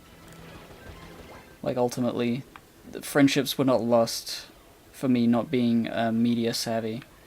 Yeah. In fact, it allowed me to, like, just blatantly ask questions as the guy who doesn't know things. And they would explain, because people like explaining the things they like, so I feel like in that small way I was providing a service by being like the protagonist, the fish out of water. I'm Snake. What's that? Bats? I don't know what that is. Tell me about that, Ocelot. Well, you see, it's like it's one of my favorite Japanese animes. One of my favorite Japanese enemies. Huh. They'll attack you. Japanese enemies, huh? No, Japanese enemies, Snake. They'll kill you, attack you, and rape you. Japanese animes, huh? Snake, shut the fuck. Shut the fuck up, Snake. You're so stupid. Ocelot, I know that you're a fucking weeb, and I'm just trolling on you. I'm fucking dabbing on you. Dab, dab, dab. I'm Snake. Snake, die. Oh, I lost my friends. Snake. Shade the Novice says, yeah, I don't always 100% stuff. I just find an amount that I think would encapsulate most aspects of it and do that. I've gotten better at leaving stuff I don't enjoy that much over time. Yeah. Yeah. I feel like the same way. I think there's always a bit of like buyer's remorse. Sometimes you're playing a game because you put money into it, especially when it's like a game of microtransactions and shit. If you ended up like, oh, I really want my guy to look like that, and you got dragged in by all that shit, and then you're like, well, I suck at this game. I thought I'd be better once I leveled up, but no, I spent money too early because I was foolish, and now I gotta continue playing because I spent money on it. But like, why? Like, I was like that with Warframe. Like, Warframe is cool. It can be like pretty fun, but after a while it's like a bit like samey and just like, well, I'm doing this to grind. Like, it's like the reason why like in Monster Hunter I'm only going for the weapons I care about is because like, I enjoy them intrinsically. If like I'm grinding to get these other things, but like grinding to get there isn't fun in the first place, that's when you gotta be like, fuck it, stop. Yeah. There's aspects of games like in Dark Souls, right? I've always thought, I like this game and I've played it loads of times, but I've never done like a magic build on Dark Souls. I've done a magic build on Dark Souls 2, recently, but things like a dex build, like a full proper dex build. Like, I've never done one of those, and I thought I should try one of those builds because, I played this game so much. I should, right? And I just don't like playing like that. So like, even though it's something I could like, it's sort of like, you feel like you gotta try everything. Yeah. I feel like I gotta try everything, but I don't feel like I've gotta follow through with everything, Yeah. So like, 100% completing Ratchet and Clank 2, for example. I'll try it. If it becomes too bullshit, I'll stop. But because I feel like I'm, really into this game, I feel like I can try it. Oh shit, this is hard. What happens if you miss too many rings? You die.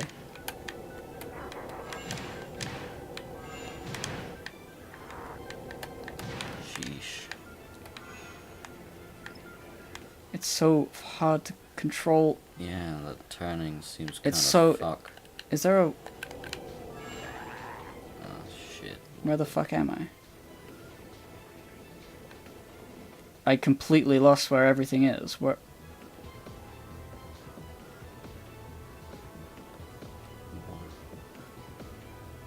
Huh. Wait, where? Where am I going? Well, I completely lost this. I don't like the driving in this at all. Yeah. I mean, the whole reason the space combat is so difficult is because, look at this. That is as fast as I can turn. That is awful. Yeah. Like, there's no way you can do dogfighting in this game. So, no way am I going to try and do that.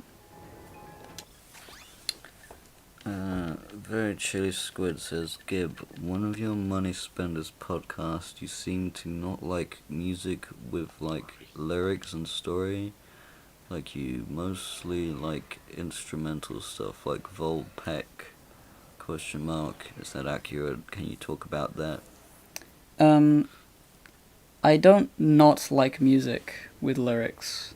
I do like music with lyrics. I love a lot of music with lyrics and story. I mean, I don't know what I was talking about exactly, but if your takeaway was that I didn't like music with lyrics and story, that is the furthest from the truth it could be, really, because I'm a big Pink Floyd fan, a big Beatles fan, a big concept album in general fan. I think what I was probably talking about is that I don't think lyrics are, like, the most important thing in a song. Like, I think it was like a thing on the PCP, maybe people were talking about lyrics being basically the only important thing in the music. Well, it's not, I can't remember. I cannot remember what the conversation was, but Snoop knows.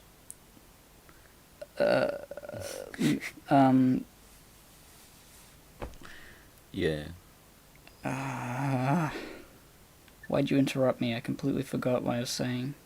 You were talking about the...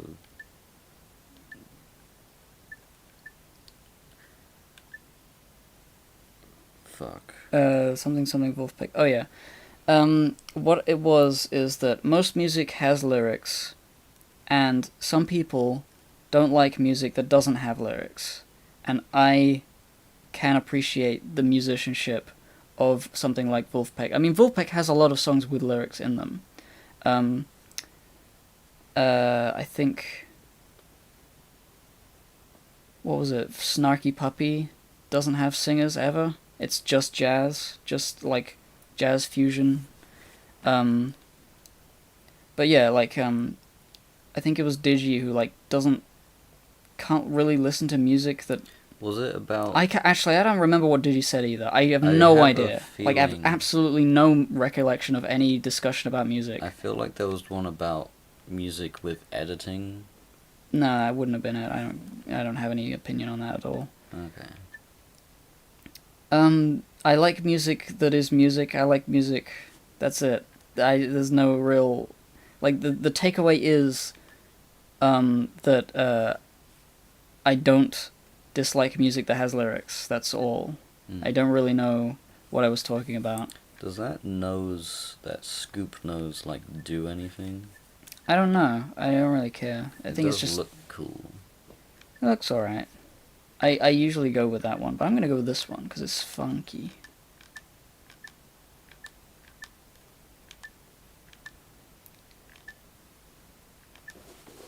Rare. See, I know that one.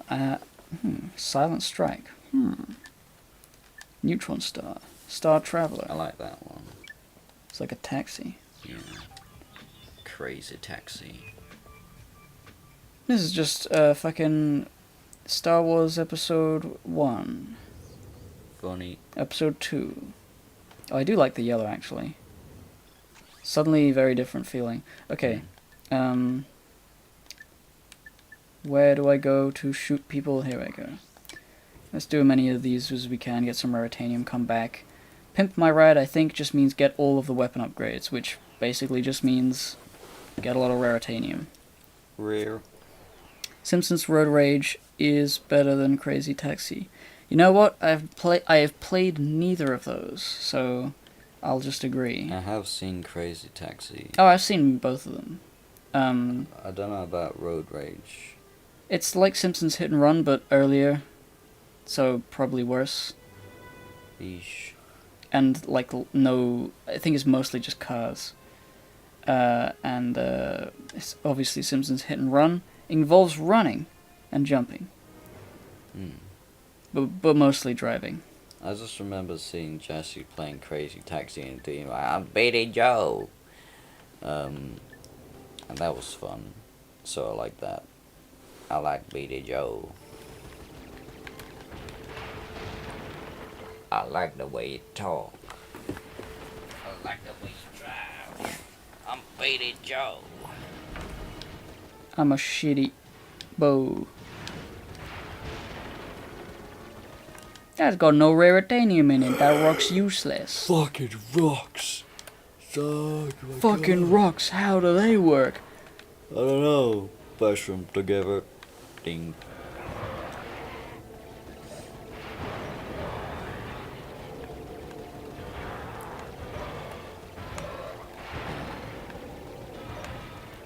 Remember like the El Toro Russ, I think it's recent actually, like one where like a nuclear bomb goes off and one Yeah, that's guy's the most eating a hot recent dog. one. Yeah. And like, what is it? Yeah, it's like the weird animals and stuff. Like the weird snake spy has legs come off. I am a snake spy blur. And then like the engineer falls down the hill. And then like the whatever Earthbound guy scouts say, I need a fire here, and then like engineer just starts of like without looking at first starts whacking the rocks together, and like in time to the music like do doom doom doom, and it's like there then like. You'd think he's gonna like make a spark, but what happens is the rocks combine into a rock flamethrower, and then the flamethrower itself burns the scouts, and they're like, yeah, good job. What happens after that? God, I don't remember. You don't need to explain the whole... But it's so fucking funny, like... I mean, he is like a god at the Gmod. Yeah. But like, you know, oh yeah, like a demo man, like, I don't know, weird pyro snaps engineer's neck. And then like the demo man comes out of nowhere with a shotgun and shoots the pyro up into heaven, labeled hell. He says, go to heaven and tell the devil I'm drunk. And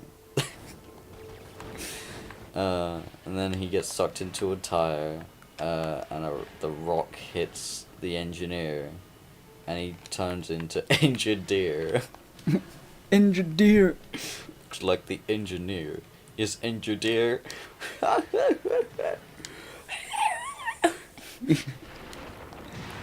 That was a good one.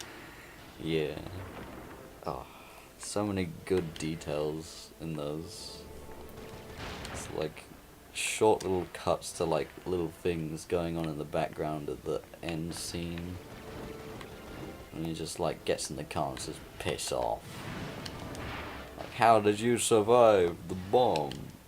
I was drunk. Did these guys drop raritanium? Oh. Ho ho ho! Merry area!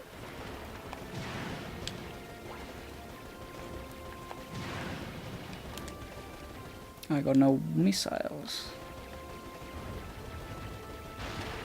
Gotta shoot ice. Thanks, Bob. Ice bagel. Bagel. You ran out of time. Shishin failed. Yeah, hell yeah. Shishin failed. Shishin shush. Can I shoot that huge rock right there? You know, the one, Right there. Yeah, you can blow it up.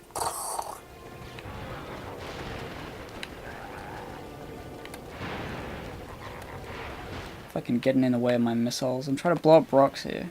Yeah, I'm a rock buster. No relation. Crazy.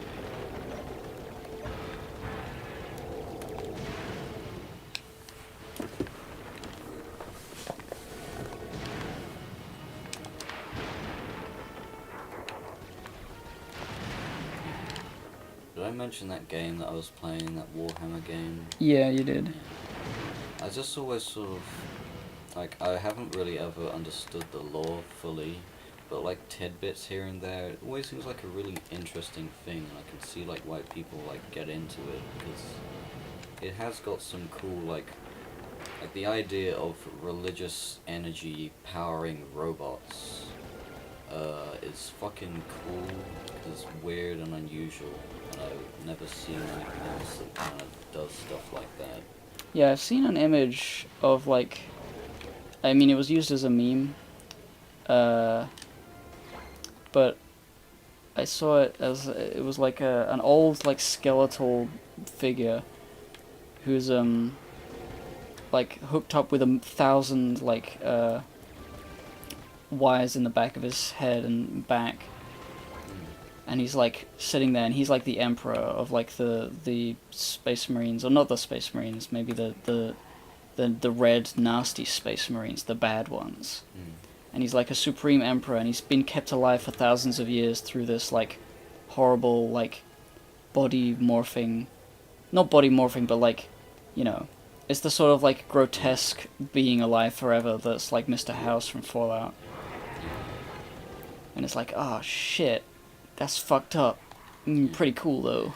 There was this other game that I played that was, sort of similar in concept to this game that I'm playing, because essentially, the one that I'm playing now is a first-person shooter, and you're essentially going into an abandoned space hulk, like a giant abandoned ship that's like filled with like DNA-hungry Tyranids and shit, and like other deadly things. But what they fear most are like these ancient like robot tech skeleton, high-tech ancient beings of death that like will wipe out humanity and shit, and they're like heretical or whatever. And like just all these weird things in this cluster.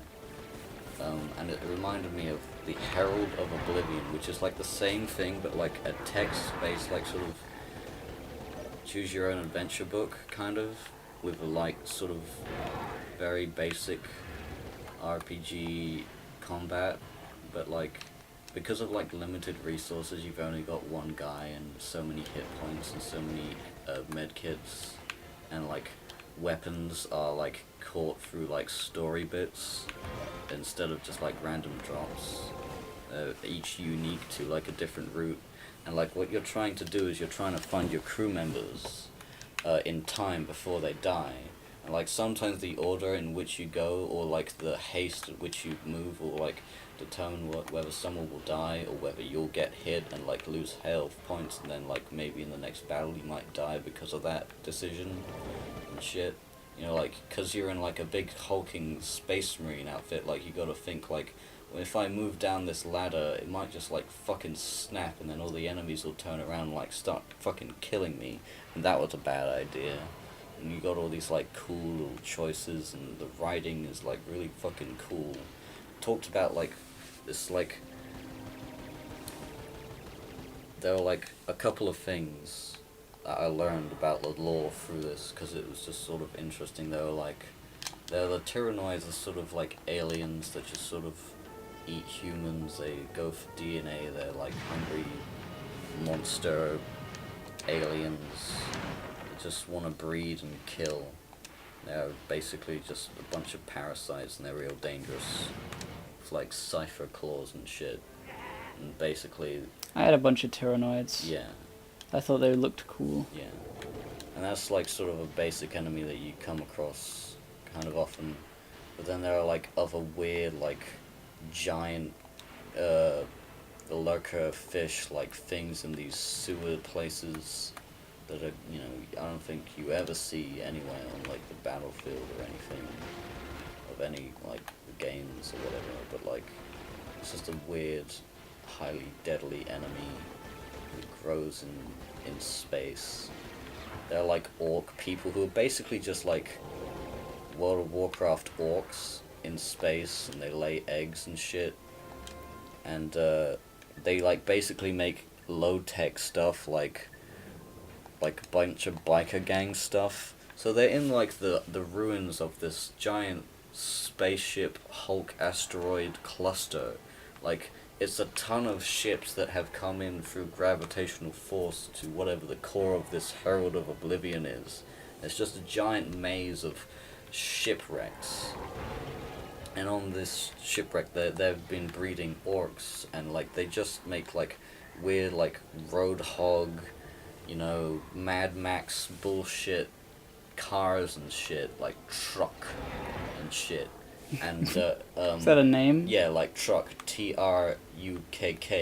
That's the name of their like car, and it's like made out of scrap bits, and it's all shitty and like is about to fall apart and crap.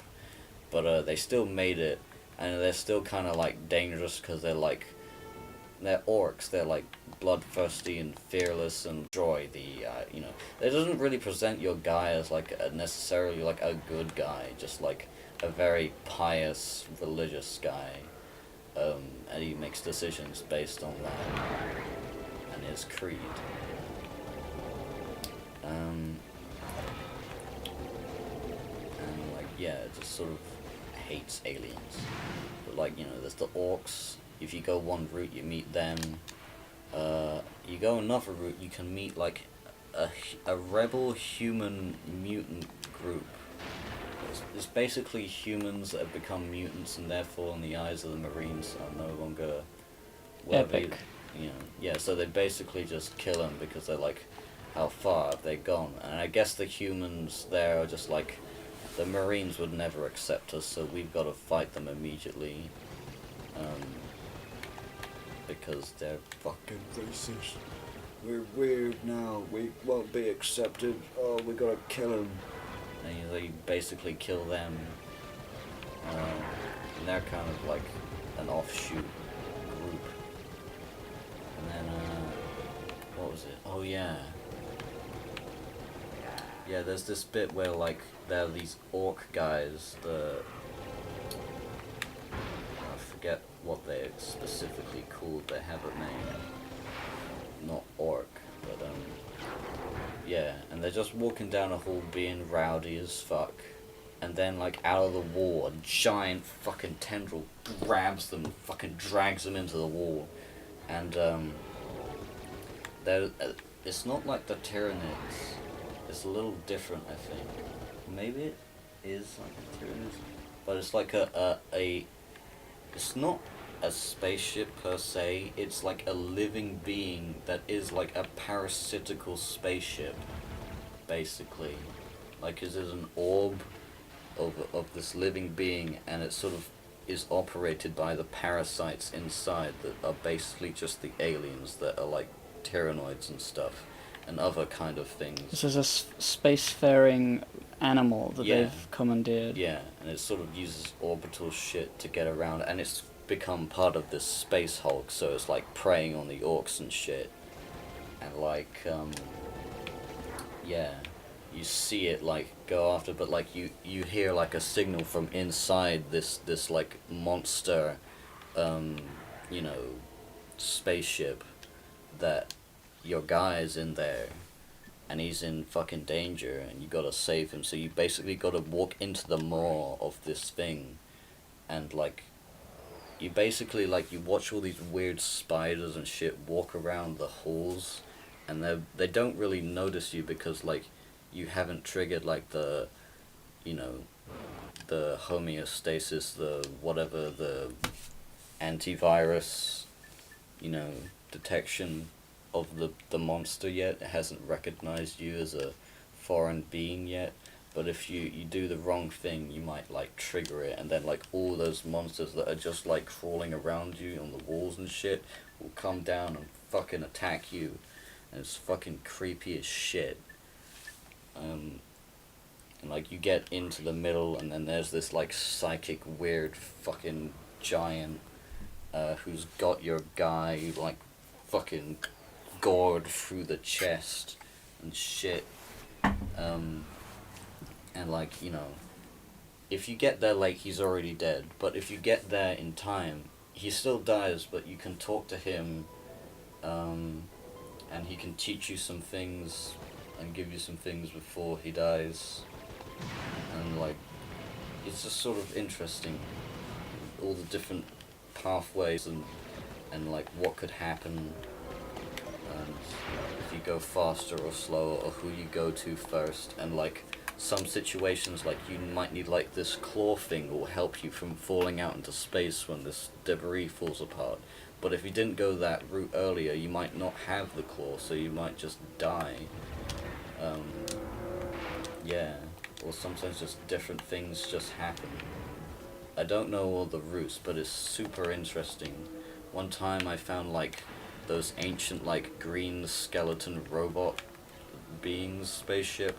They have like ancient tech teleporters, and like it's essentially abandoned. There's just some turrets sometimes, and occasionally like automatic defenses, and not the actual like beings that would have run it originally.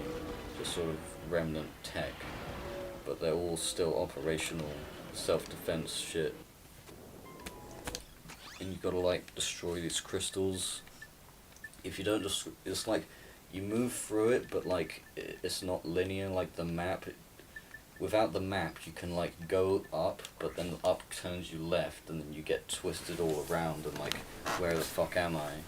You go through the wrong portal, you can straight up just die, because if you didn't read the text, it was like crackling and weird and shit.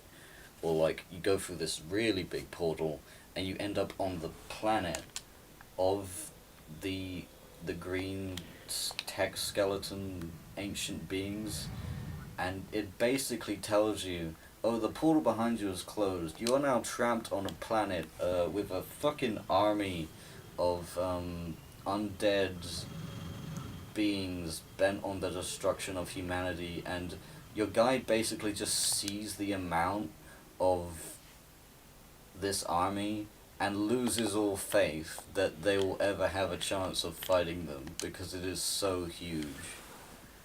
And it's like, holy fucking shit.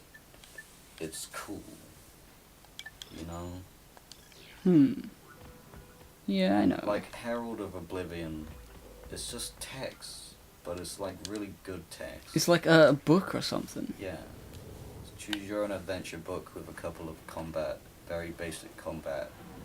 I love it. I do like those choose your own adventures. And fantasy in general. Like fantasy books. I've sort of stopped like getting in, like reading those, but there's something like so engaging about those sorts of things. Yeah. Like the world building and the extreme detail everything has gone into. Yeah. Like in one of the routes, you're looking for a guy, and you could like either quickly look for the guy that you're looking for, or you can sort of go on this divergent path which sort of leads you into this sort of stagnant room full of dead sludge and shit, and your guy says, you know, this is not important, I really shouldn't be here, although there might be relics, so maybe I should, but really I should go get my guy. But if you go look, you can actually find something real fucking interesting, like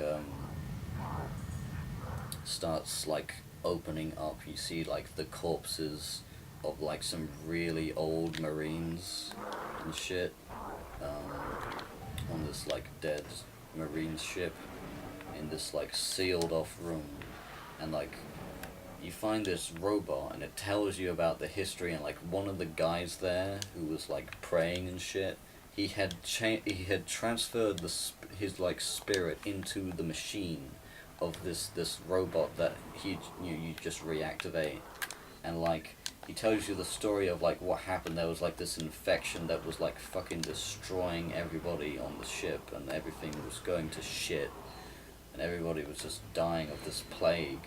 And so they just sealed themselves off and just like fucking prayed until it was over, and they had died of starvation, and everything went to sludge, decayed into shit. But then like he's like now basically alive again because the robot is active, his spirit is there, and he's like, I want to help you.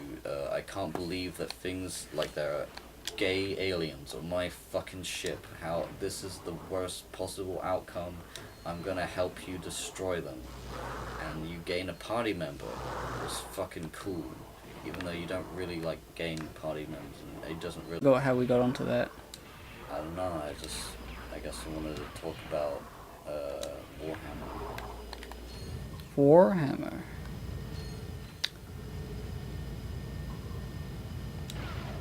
I don't know about like getting into anything that big.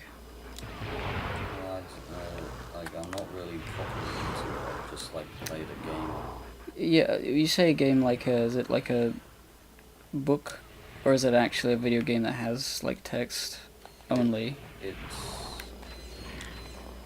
a video game that is just sort of text and some graphics to show you like a picture of what's going on. You sell you on the atmosphere.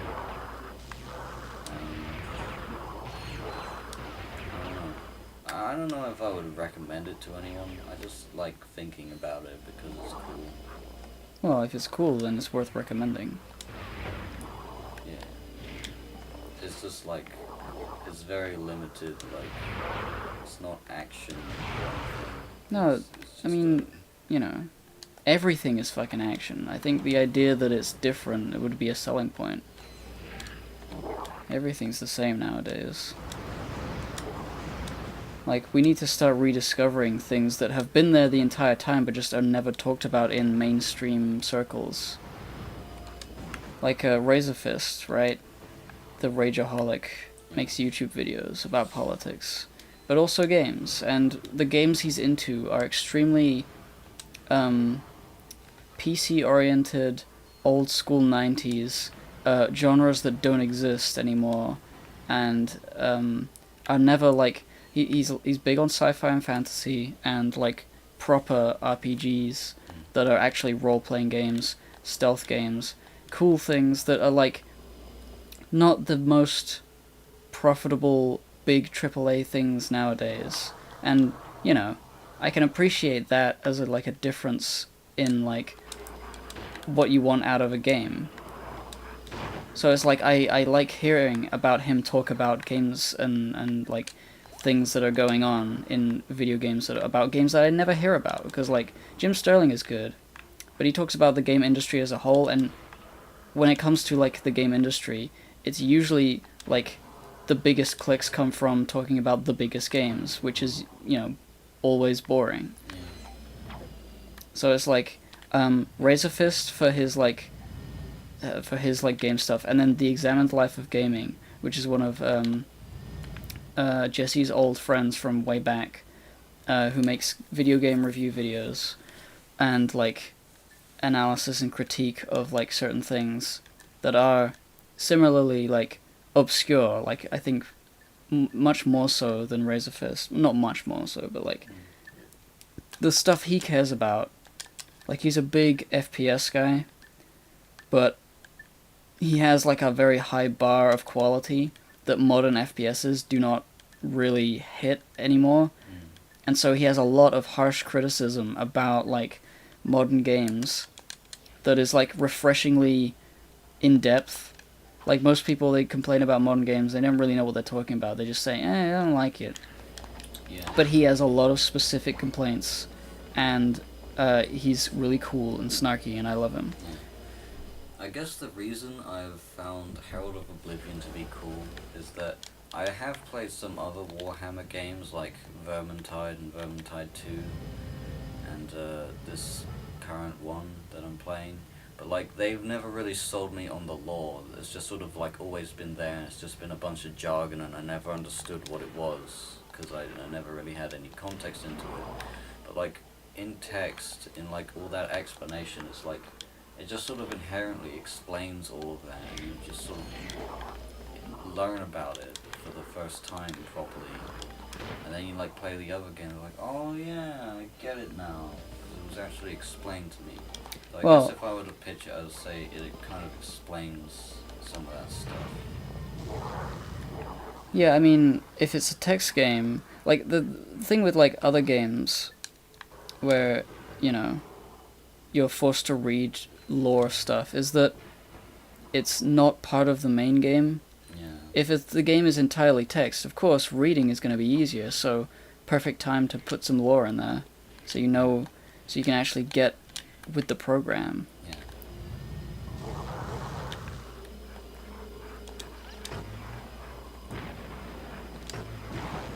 I really liked how like it characterizes your guy, like how he thinks about all these aliens and shit, like his fears of the green like skeleton ancient beings. And I mean, that sounds pretty scary. yeah, and like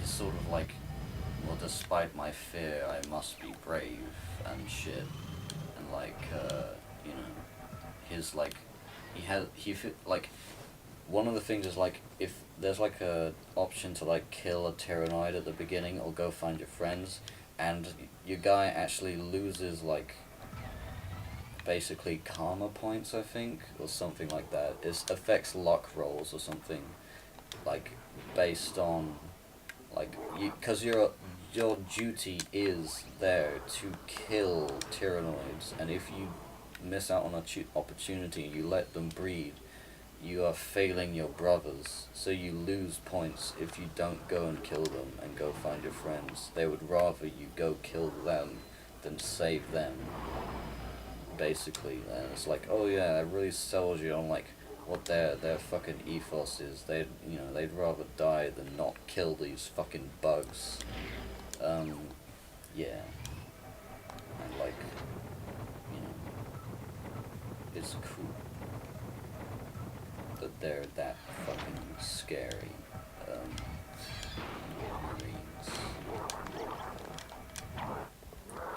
There's like a part where you find like a guy of this Iron Empire, which is like opposed to yours, in like a time capsule, basically. And you open him up, and like this war that they were at has like long since passed. But you let him out, and he's like, "Oh, I'm gonna fucking kill you. You're my enemy." And even though it's not even true anymore, the Iron Empire has like long ceased to exist or something. Or at least that was what was said. And it's like, yeah, it's just a guy out of time now. Is now wandering around this space hole because you let him out of his pod, thinking he would help you.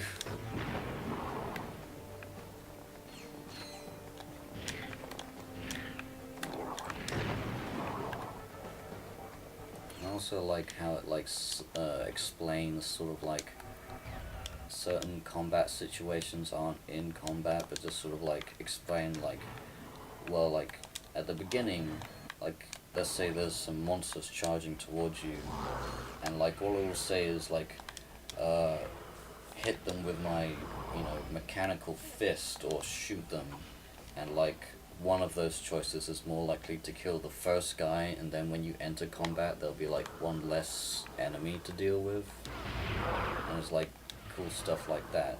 Sometimes those choices can give you just an advantage in the actual little bit of gameplay that there is.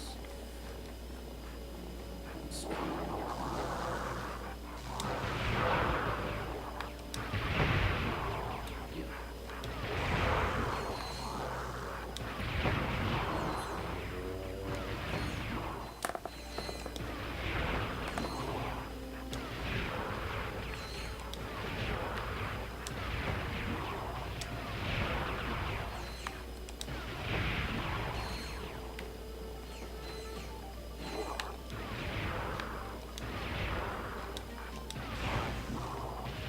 It always goes a bit into the red, into the end there, where you can't see it increase before it actually goes. Yeah, I was just like anticipating it, like, when is it gonna happen? It's Ooh. a nice skyline.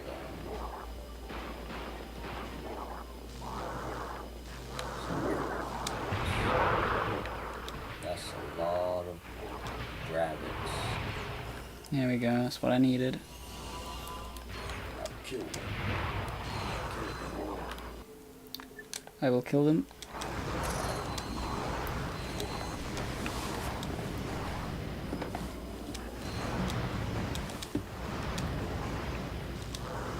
Hell yeah.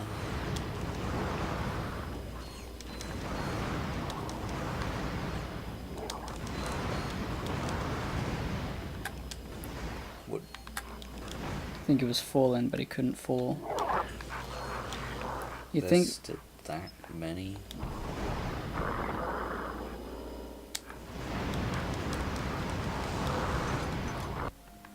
Crying in a bucket.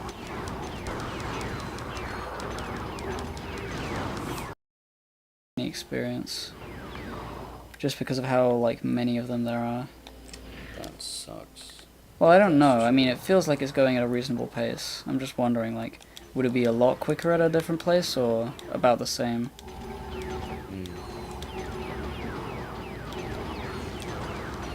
Who knows?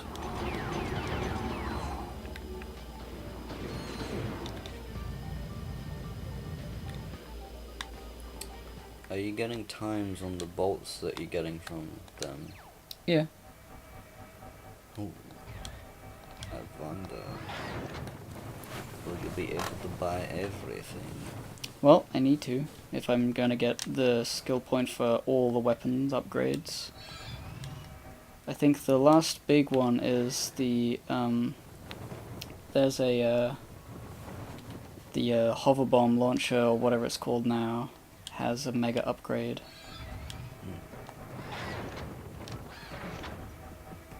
And then there's like a few ones that cost 100,000 or 200,000, you know, basically nothing. Yeah. And then I will have all the things I need To kill Mario.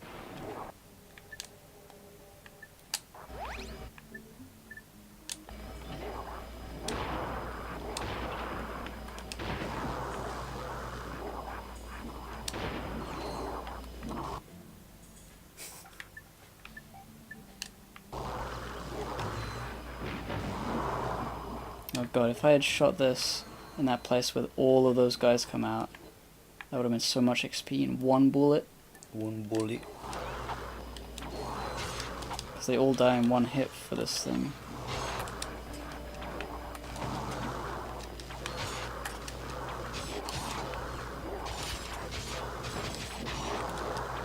This weapon is like the worst weapon. Yeah. Like, it's fine, it's kind of a cool idea, but like, the opportunities where it becomes like the best thing is 0 times. It never is the most useful weapon. It's just one of the many ones you need to level up. And I think the worst thing about it is that when you throw it while standing, you do this. You can't move while throwing it. With every other weapon, you can shoot it while you're shooting it. You can move while you're shooting it. Yeah.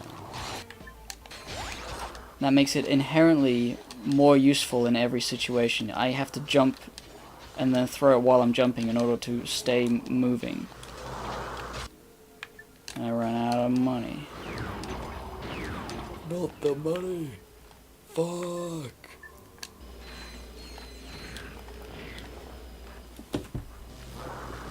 Got any other weapons in your arse to power? There's the spider, which is like not possible here, because if I took that, they don't exist if I'm not close enough. That's know? true. So I have to go to a different planet to do that. Whoa. I'm hoping, like, I need like 20 something, I don't know how much raritanium. a large but not ridiculous amount of raritanium. How much do you get for each drill? I don't actually know. Probably just one. I can't imagine it's like special getting it from the planet.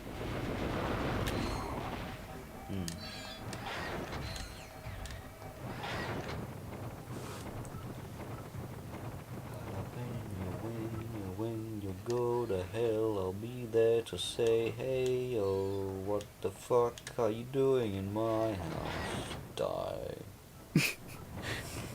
I'll be there to say, get the fuck out of my house. Anytime you need me, I will be there to shoot you in the head. Face. Fuck you. Look at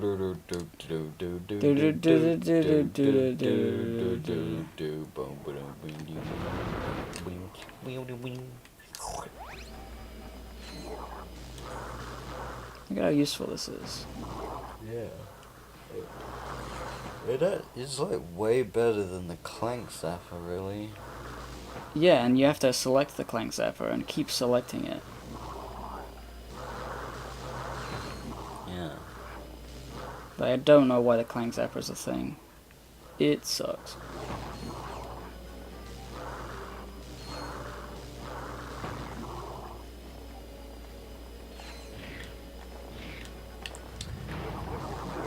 Fucking sucks. Fucking sucks.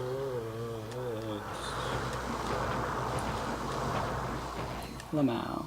I saw something was going on with the RFCK pins, but I didn't really fully register. Oh, they're doing a Kickstarter to make enamel pins, like the Pooh Bar one from the Vapors. Alright. I must have missed the link. Yeah, I tweeted about it, but like nobody noticed. I don't know why. I feel like my tweet may have been like suppressed for no reason. Because you know, even my uninteresting tweets get a couple likes, but this one was like not shown to fucking any of the people who follow me. So I had to retweet a different thing. But basically, yeah, there's a Kickstarter going on. The idea is, they're going to make 2 enamel pins right now. The Rowdy Fucker and the Cop Killer logos. And that is like, you know, the basic. That is the initial goal. Stretch goals are all about getting new pins made.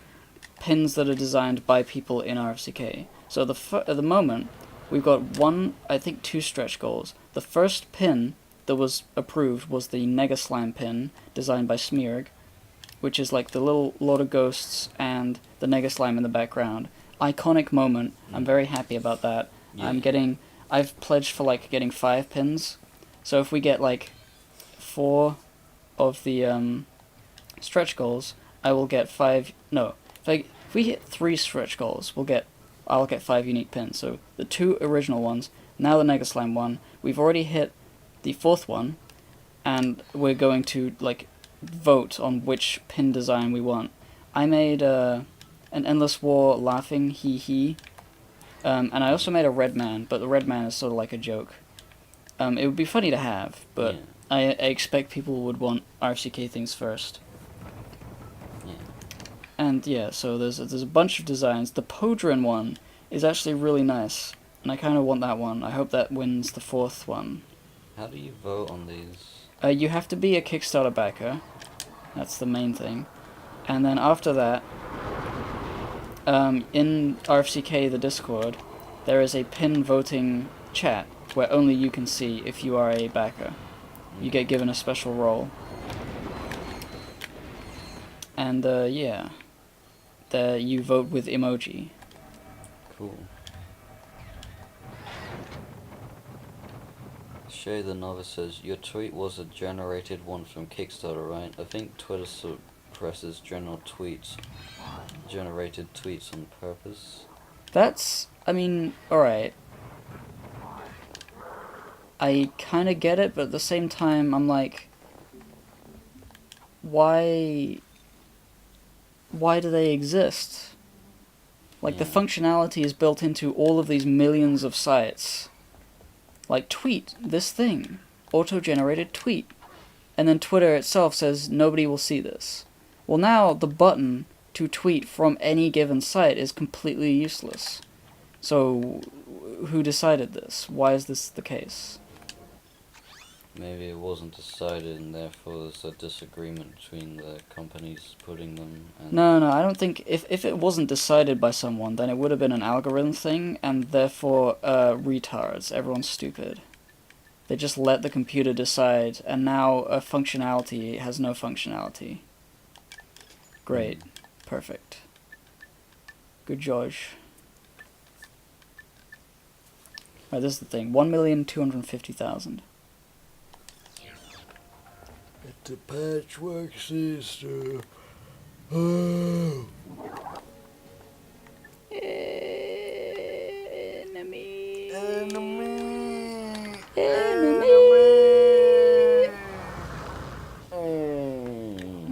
Enemy. Anime is an enemy. Enemy is an enemy. Enemy in an enemy. Enemy in a anime. You anime. Composter. Homestuck. Anime. It's the same thing.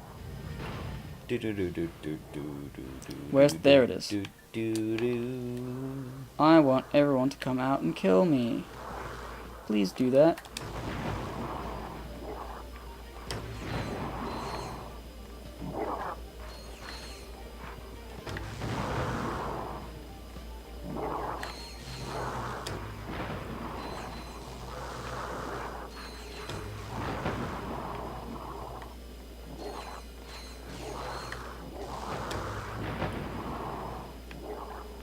Lethargic Gaming says, I too anime.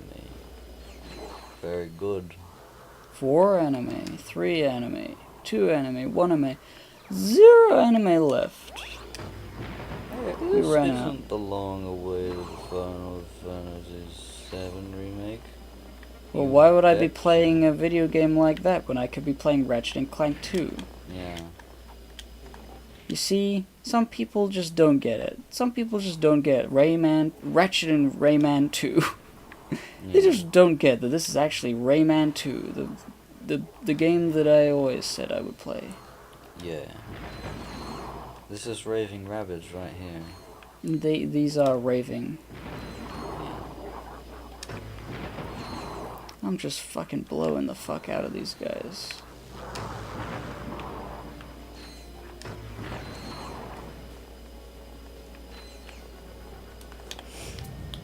Blowing up enemies. Lethargical Gaming says 7 is bigger than 2. But, I say to that, can you toot 7? No. What? Toot.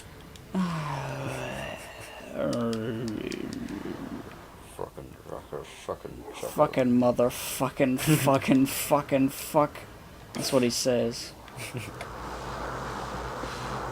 Jesus fucking Christ. No, it's fine. What just happened? Like, there's something, like, kind of cheap about this whole situation we're in. Because it's an enemy that's badly designed, and a weapon that is, like, designed to counteract the badly designed enemy. So it's sort of like a, you know, it feels good, but at the same time you know it comes from a bad place. Yeah, it feels good Like a because game- there's a problem. There's a problem that they made, and they solved it, and it was really funny how they solved it, because, like, this is really stupid how I can, like, dance around and not do anything and kill these guys, and not even get hurt at all. But it's like, it shouldn't have been a problem in the first place. Yeah. Like, you know, that seems so OP, to be able to stun lock enemies that were previously completely impossible to, not, you know, destroy. Not completely impossible, you know. But very annoying, and hard to get a handle on, and now they're just sort of like babies. They're just sort of like tiny babies I crush beneath my feet, like I do, you know, like you crush babies beneath your feet. Oh yeah, I do all the time. Oh, there goes another one. And here we go. The shield is the same, but it's now Crazy. It's now upgraded to be more powerful. Maybe someone is streaming Final Fantasy 7. You know, maybe that's something that's going on. Yeah. And well, hang on, it's already been out for a bit. Yeah. Because Nate's been talking about it, and he doesn't have a review copy. He's not a reviewer. He doesn't review things. Well, I know Jesse had it. So it's probably just out. Wasn't that the demo? Oh yeah, it was a demo. I suppose people are streaming the demo. Or maybe the demo came out and then only recently did Jesse post his playthrough of it. I don't fucking know. I do not follow this at all. It's totally like not interesting to me. Yeah. It's just one of many games that are coming out, and you know. Yeah. Nothing to do with me. Nothing special. Where did the fucking thing go? Oh, I left it, didn't I? I didn't even get it. I was just killing things. Shade the Novice says can't wait for the next PCP where Nate talks about it endlessly. Oh, you know, we're recording one tomorrow, so the next PCP he doesn't talk about it, I think. I don't remember. I think wait. No, yeah, it was the PCP just came out, so the next one will be the one we record tomorrow. Yes. Yeah, Nate's probably got stuff to say. I mean, I want to hear it. Because it's like... Oh, they've all fucking collapsed on each other. Look at that fucking amalgamation. Funny. Only through death can they live. Yeah.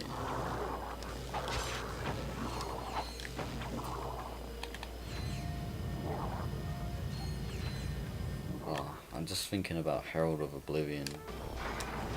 You should do electronic. It's just like the little combat thing. The most cool thing about it is that like it's like a square sort of tile, and you depending on the situation of like the text-based like story, like you know, and what happens, you might like start really far away or like right up close. But like I remember one time I walked into this sewer grate sort of pipe thing, and it was like, oh, it stinks, it's gross in here, and what's that fucking sound? You turn around, and filling up this like giant pipe that is like big enough for your armor to fit in and more, basically bulging through it is this like giant behemoth like beholder toothed globule of death.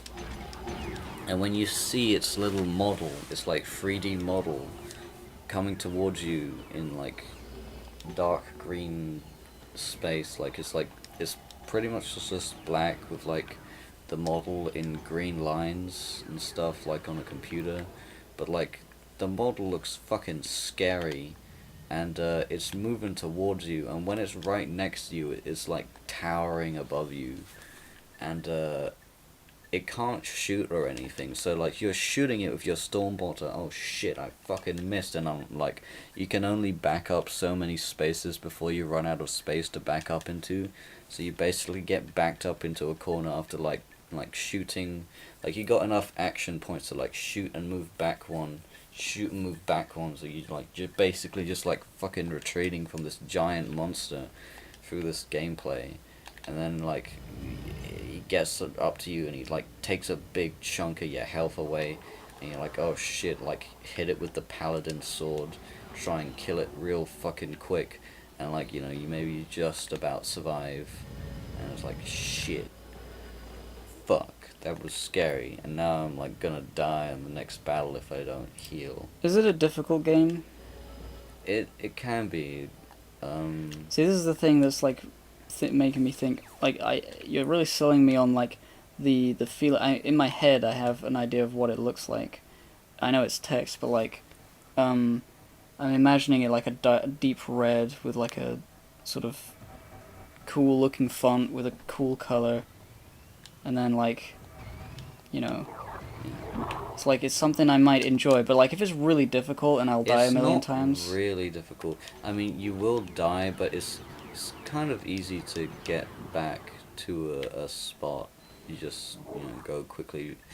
I kind of wish there was I'm not sure. No, wait, there is a save. I think. Yeah, you can save and load. I think, unless I'm remembering wrong. How could you not? It might just be that it wants you to still enjoy it. Like, usually the difference between like a fight is just sort of like, oh, I decided to defend on this one enemy, or I shot this guy first, or because my karma is high, I get good criticals and shit. Or I happen to pick that weapon up at the beginning, and like, sometimes it's just like, well, I guess the thing I did wrong is that I didn't go and get this weapon, so I should do that this time, and then the fight's like way easier. You know, sometimes it's just like what you have, and then you like discover which routes get you what, and then eventually you're like, okay, I know how to be OP now. I know where to get the cool weapons. Isn't How that just save scumming but longer? Huh? I guess it's just the nature of things like this. Yeah. It definitely is like a multiple playthrough thing.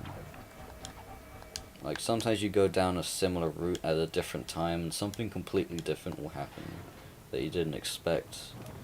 But I think you can learn all the different things. It's just sort of like in what order things happens determines what happens, I think. I haven't fully studied it, but I really enjoyed like in that like ancient being maze, figuring out the map.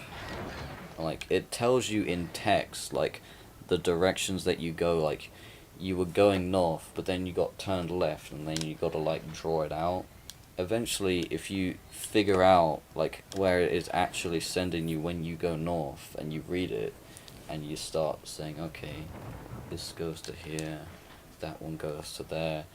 And like, oh, I'm back in this room. Okay, so that went from here to there, and like eventually you get a map of it in by drawing, or you happen to come across the room that actually has a map, but like, you don't get to like keep looking at the map. You have to like see the map, and then you draw it on a piece of paper in your little notebook next to your computer, and you're like, yeah, fuck yeah, I got it. Or you take a picture of your phone. But yeah, it's like cool stuff like that. Like sometimes you can just like avoid combat by making the right decisions. Not always, obviously, but like there are some situations where you could just like try like sneak past, or you might like lose karma for being like not defeating the evil alien scum, being cowardly or whatever. But like you still might just want to do that just because like you don't want to waste time fighting them and you want to save your guy. It poses some weird like ethical shit about that, and your guy isn't maybe like the smartest. He's very pious, but like this religion shit. What the fuck? Well, you believe in something? Haha, die.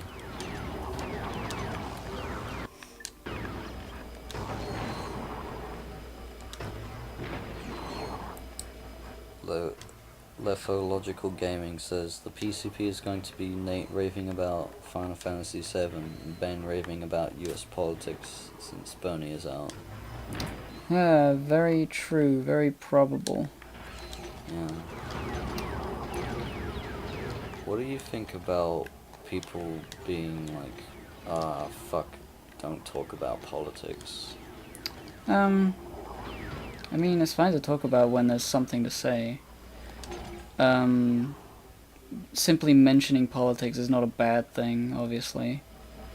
But like, if Ben goes on about like how Biden sucks I mean, we already know that, and he can't beat Trump. Like, we already know that. So, like, to have like a whole thing about it, it would be, I wouldn't.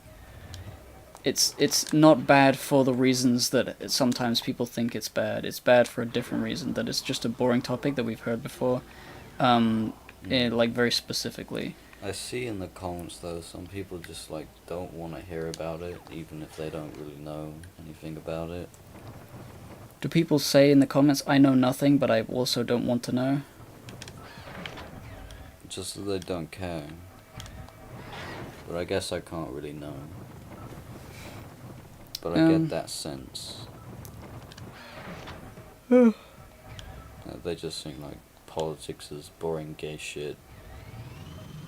I'll never have any effect on it, so like why should I care? That kind of thing. God, I always run out of mega mini nukes at the worst time.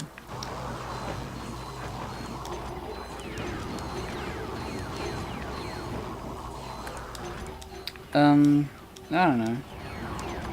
I think it's fine. It's a topic like any other. People who don't like politics, it's more so, I think, the frustration of it being a topic that recurs. Like, they're not interested, but it's annoying them more because it's not interesting and it keeps coming up over and over and over again. And so they sort of internalize, like, oh, Ben sucks because politics, because topic I don't like. But, like, if, I don't know, if current anime kept coming up as a topic, I would have nothing to talk about. So I would get annoyed if that kept being a thing. I like watching Digi's videos, but it's like, the anime is not the reason I watch them. Yeah. So, like, if I were to be on a podcast with Digi talking about anime, I'd be like, I don't fucking care, I don't know. That's why Chibi Bakas is good. Yeah. I just do sometimes feel like I definitely felt like for a long time, like, politics, I don't care, whatever, I'll never have any effect on it, I'll never vote or care. Why did you never want to vote? I don't know, I just sort of felt like, well, my vote doesn't matter, because, like, it's like nobody represents me, but, like, really it should have been, like, well, what does represent me? How can I get that represented? Like, thinking about that, and, like, what actually matters. I've been thinking more about lately, and, like, it is important. I just sort of childishly dismissed it, because I didn't really want to think about it, and think about the problems in the world. Yeah. I mean, nobody really wants to think about the problems in the world, they just have to. And even then, not all the problems are your problem. Yeah, it's true. The only problems, really, I think, like, it's just, overall, people are not capable of thinking big. Like, you can't possibly have everything in your brain about every problem in the world and figure out a solution that solves most of them. You can solve your local problems, you can solve your friendship problems, you can solve, like, insular little things, because you are one of the people who knows what's going on in your own life. But, like, solving the country, like, I don't know how to do that. What's the chance that I know how to choose the person who's going to do that, and what's the chance that if I choose correctly, that they were telling the truth, and what's the chance that even if they were telling the truth, they're able to do it? It does feel like it doesn't matter. But I think the idea that larger politics sometimes and often doesn't matter because it's so big doesn't mean that getting involved in politics is a bad idea. I think being, like, involved in local politics is quite important, but nobody cares about that because that's not the big shit. Yeah. That's not the biggest shit in the world. Like, council members are decided by the people who live in the boroughs. Yeah. Like, just sometimes wonder if the aesthetic of politics has been made so that the younger generation doesn't interact with it, and therefore is kept sort of out of the importance of it, because, like, you know, they're not going to try to appeal to young people because they're not voting. I mean, that was a trend, yeah. Hopefully it can turn around. But, like, I don't think that's in... Don't feel like anyone represents you. It's still a good idea to vote, even if it's just a blank vote, because that tells politicians that there is a demographic that is in your situation, says Shade the Novice. Yeah, that's a pretty good idea. Like, it's just, will they get that demographic accurately if there isn't anyone that represents it? Like, it's like, to leave a blank vote, I think is like something. Like, because a lot of things come down to like data. Like, if it says the turnout was this, and the turnout was like this amount of like people of this age, then people are gonna be talking about that as like it means something. Even though, you know, people don't go to vote even though they care about stuff, because everybody cares about stuff. Everything, like, the situation your country is in is important to everyone in the country. Everyone cares. The people who go to vote are just people who are engaged in politics, but that doesn't mean, you know, it doesn't necessarily mean that, like, certain demographics feel a certain way, if you know what I mean. Yeah, it's just kind of like, it makes it that the only demographics that get represented are the people who engage with the paperwork, and if, like, part of, like, who you are is someone who just can't deal with that crap, then you really won't get represented. Yep, that's the problem. Lol. It's like a survey on who won't take a survey. It's clearly gonna be skewed. Like, everybody says, hey, take this survey about if you take a survey. Oh, 100% said yes. Because they took the survey. 31.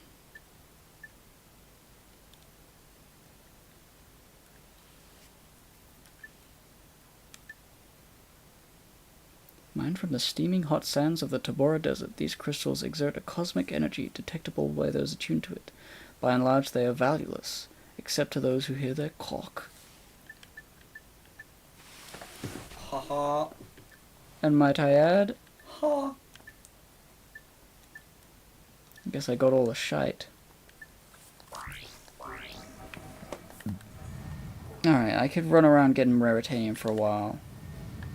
And, you know, I guess it's more useful to me to do it like this than it is to go to spaceship battles. I know I need 20, and then I need 10, and then I need a few 5s. So, 20, 30, 40, 50, like maybe 50 would be enough. Criminy.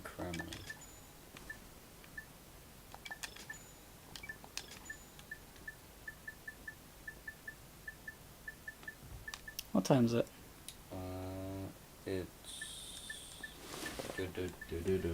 It's 1 in the morning. 1. Maybe I should try get that sleep. Yeah, that fabled sleep. Let's both get sleep. Yeah. This is just gonna be the same sort of shit over and over again. Yeah. I don't want to do it off stream, but next stream. Yeah. We will finish the skill points. Let's go space crazy taxi. I'm beating Joe. Yeah. Thanks for watching the stream. Yeah. Sorry I got mad the last stream I did earlier today, but Lamau. Wow. I only was mad right at the end. Good night. Good night.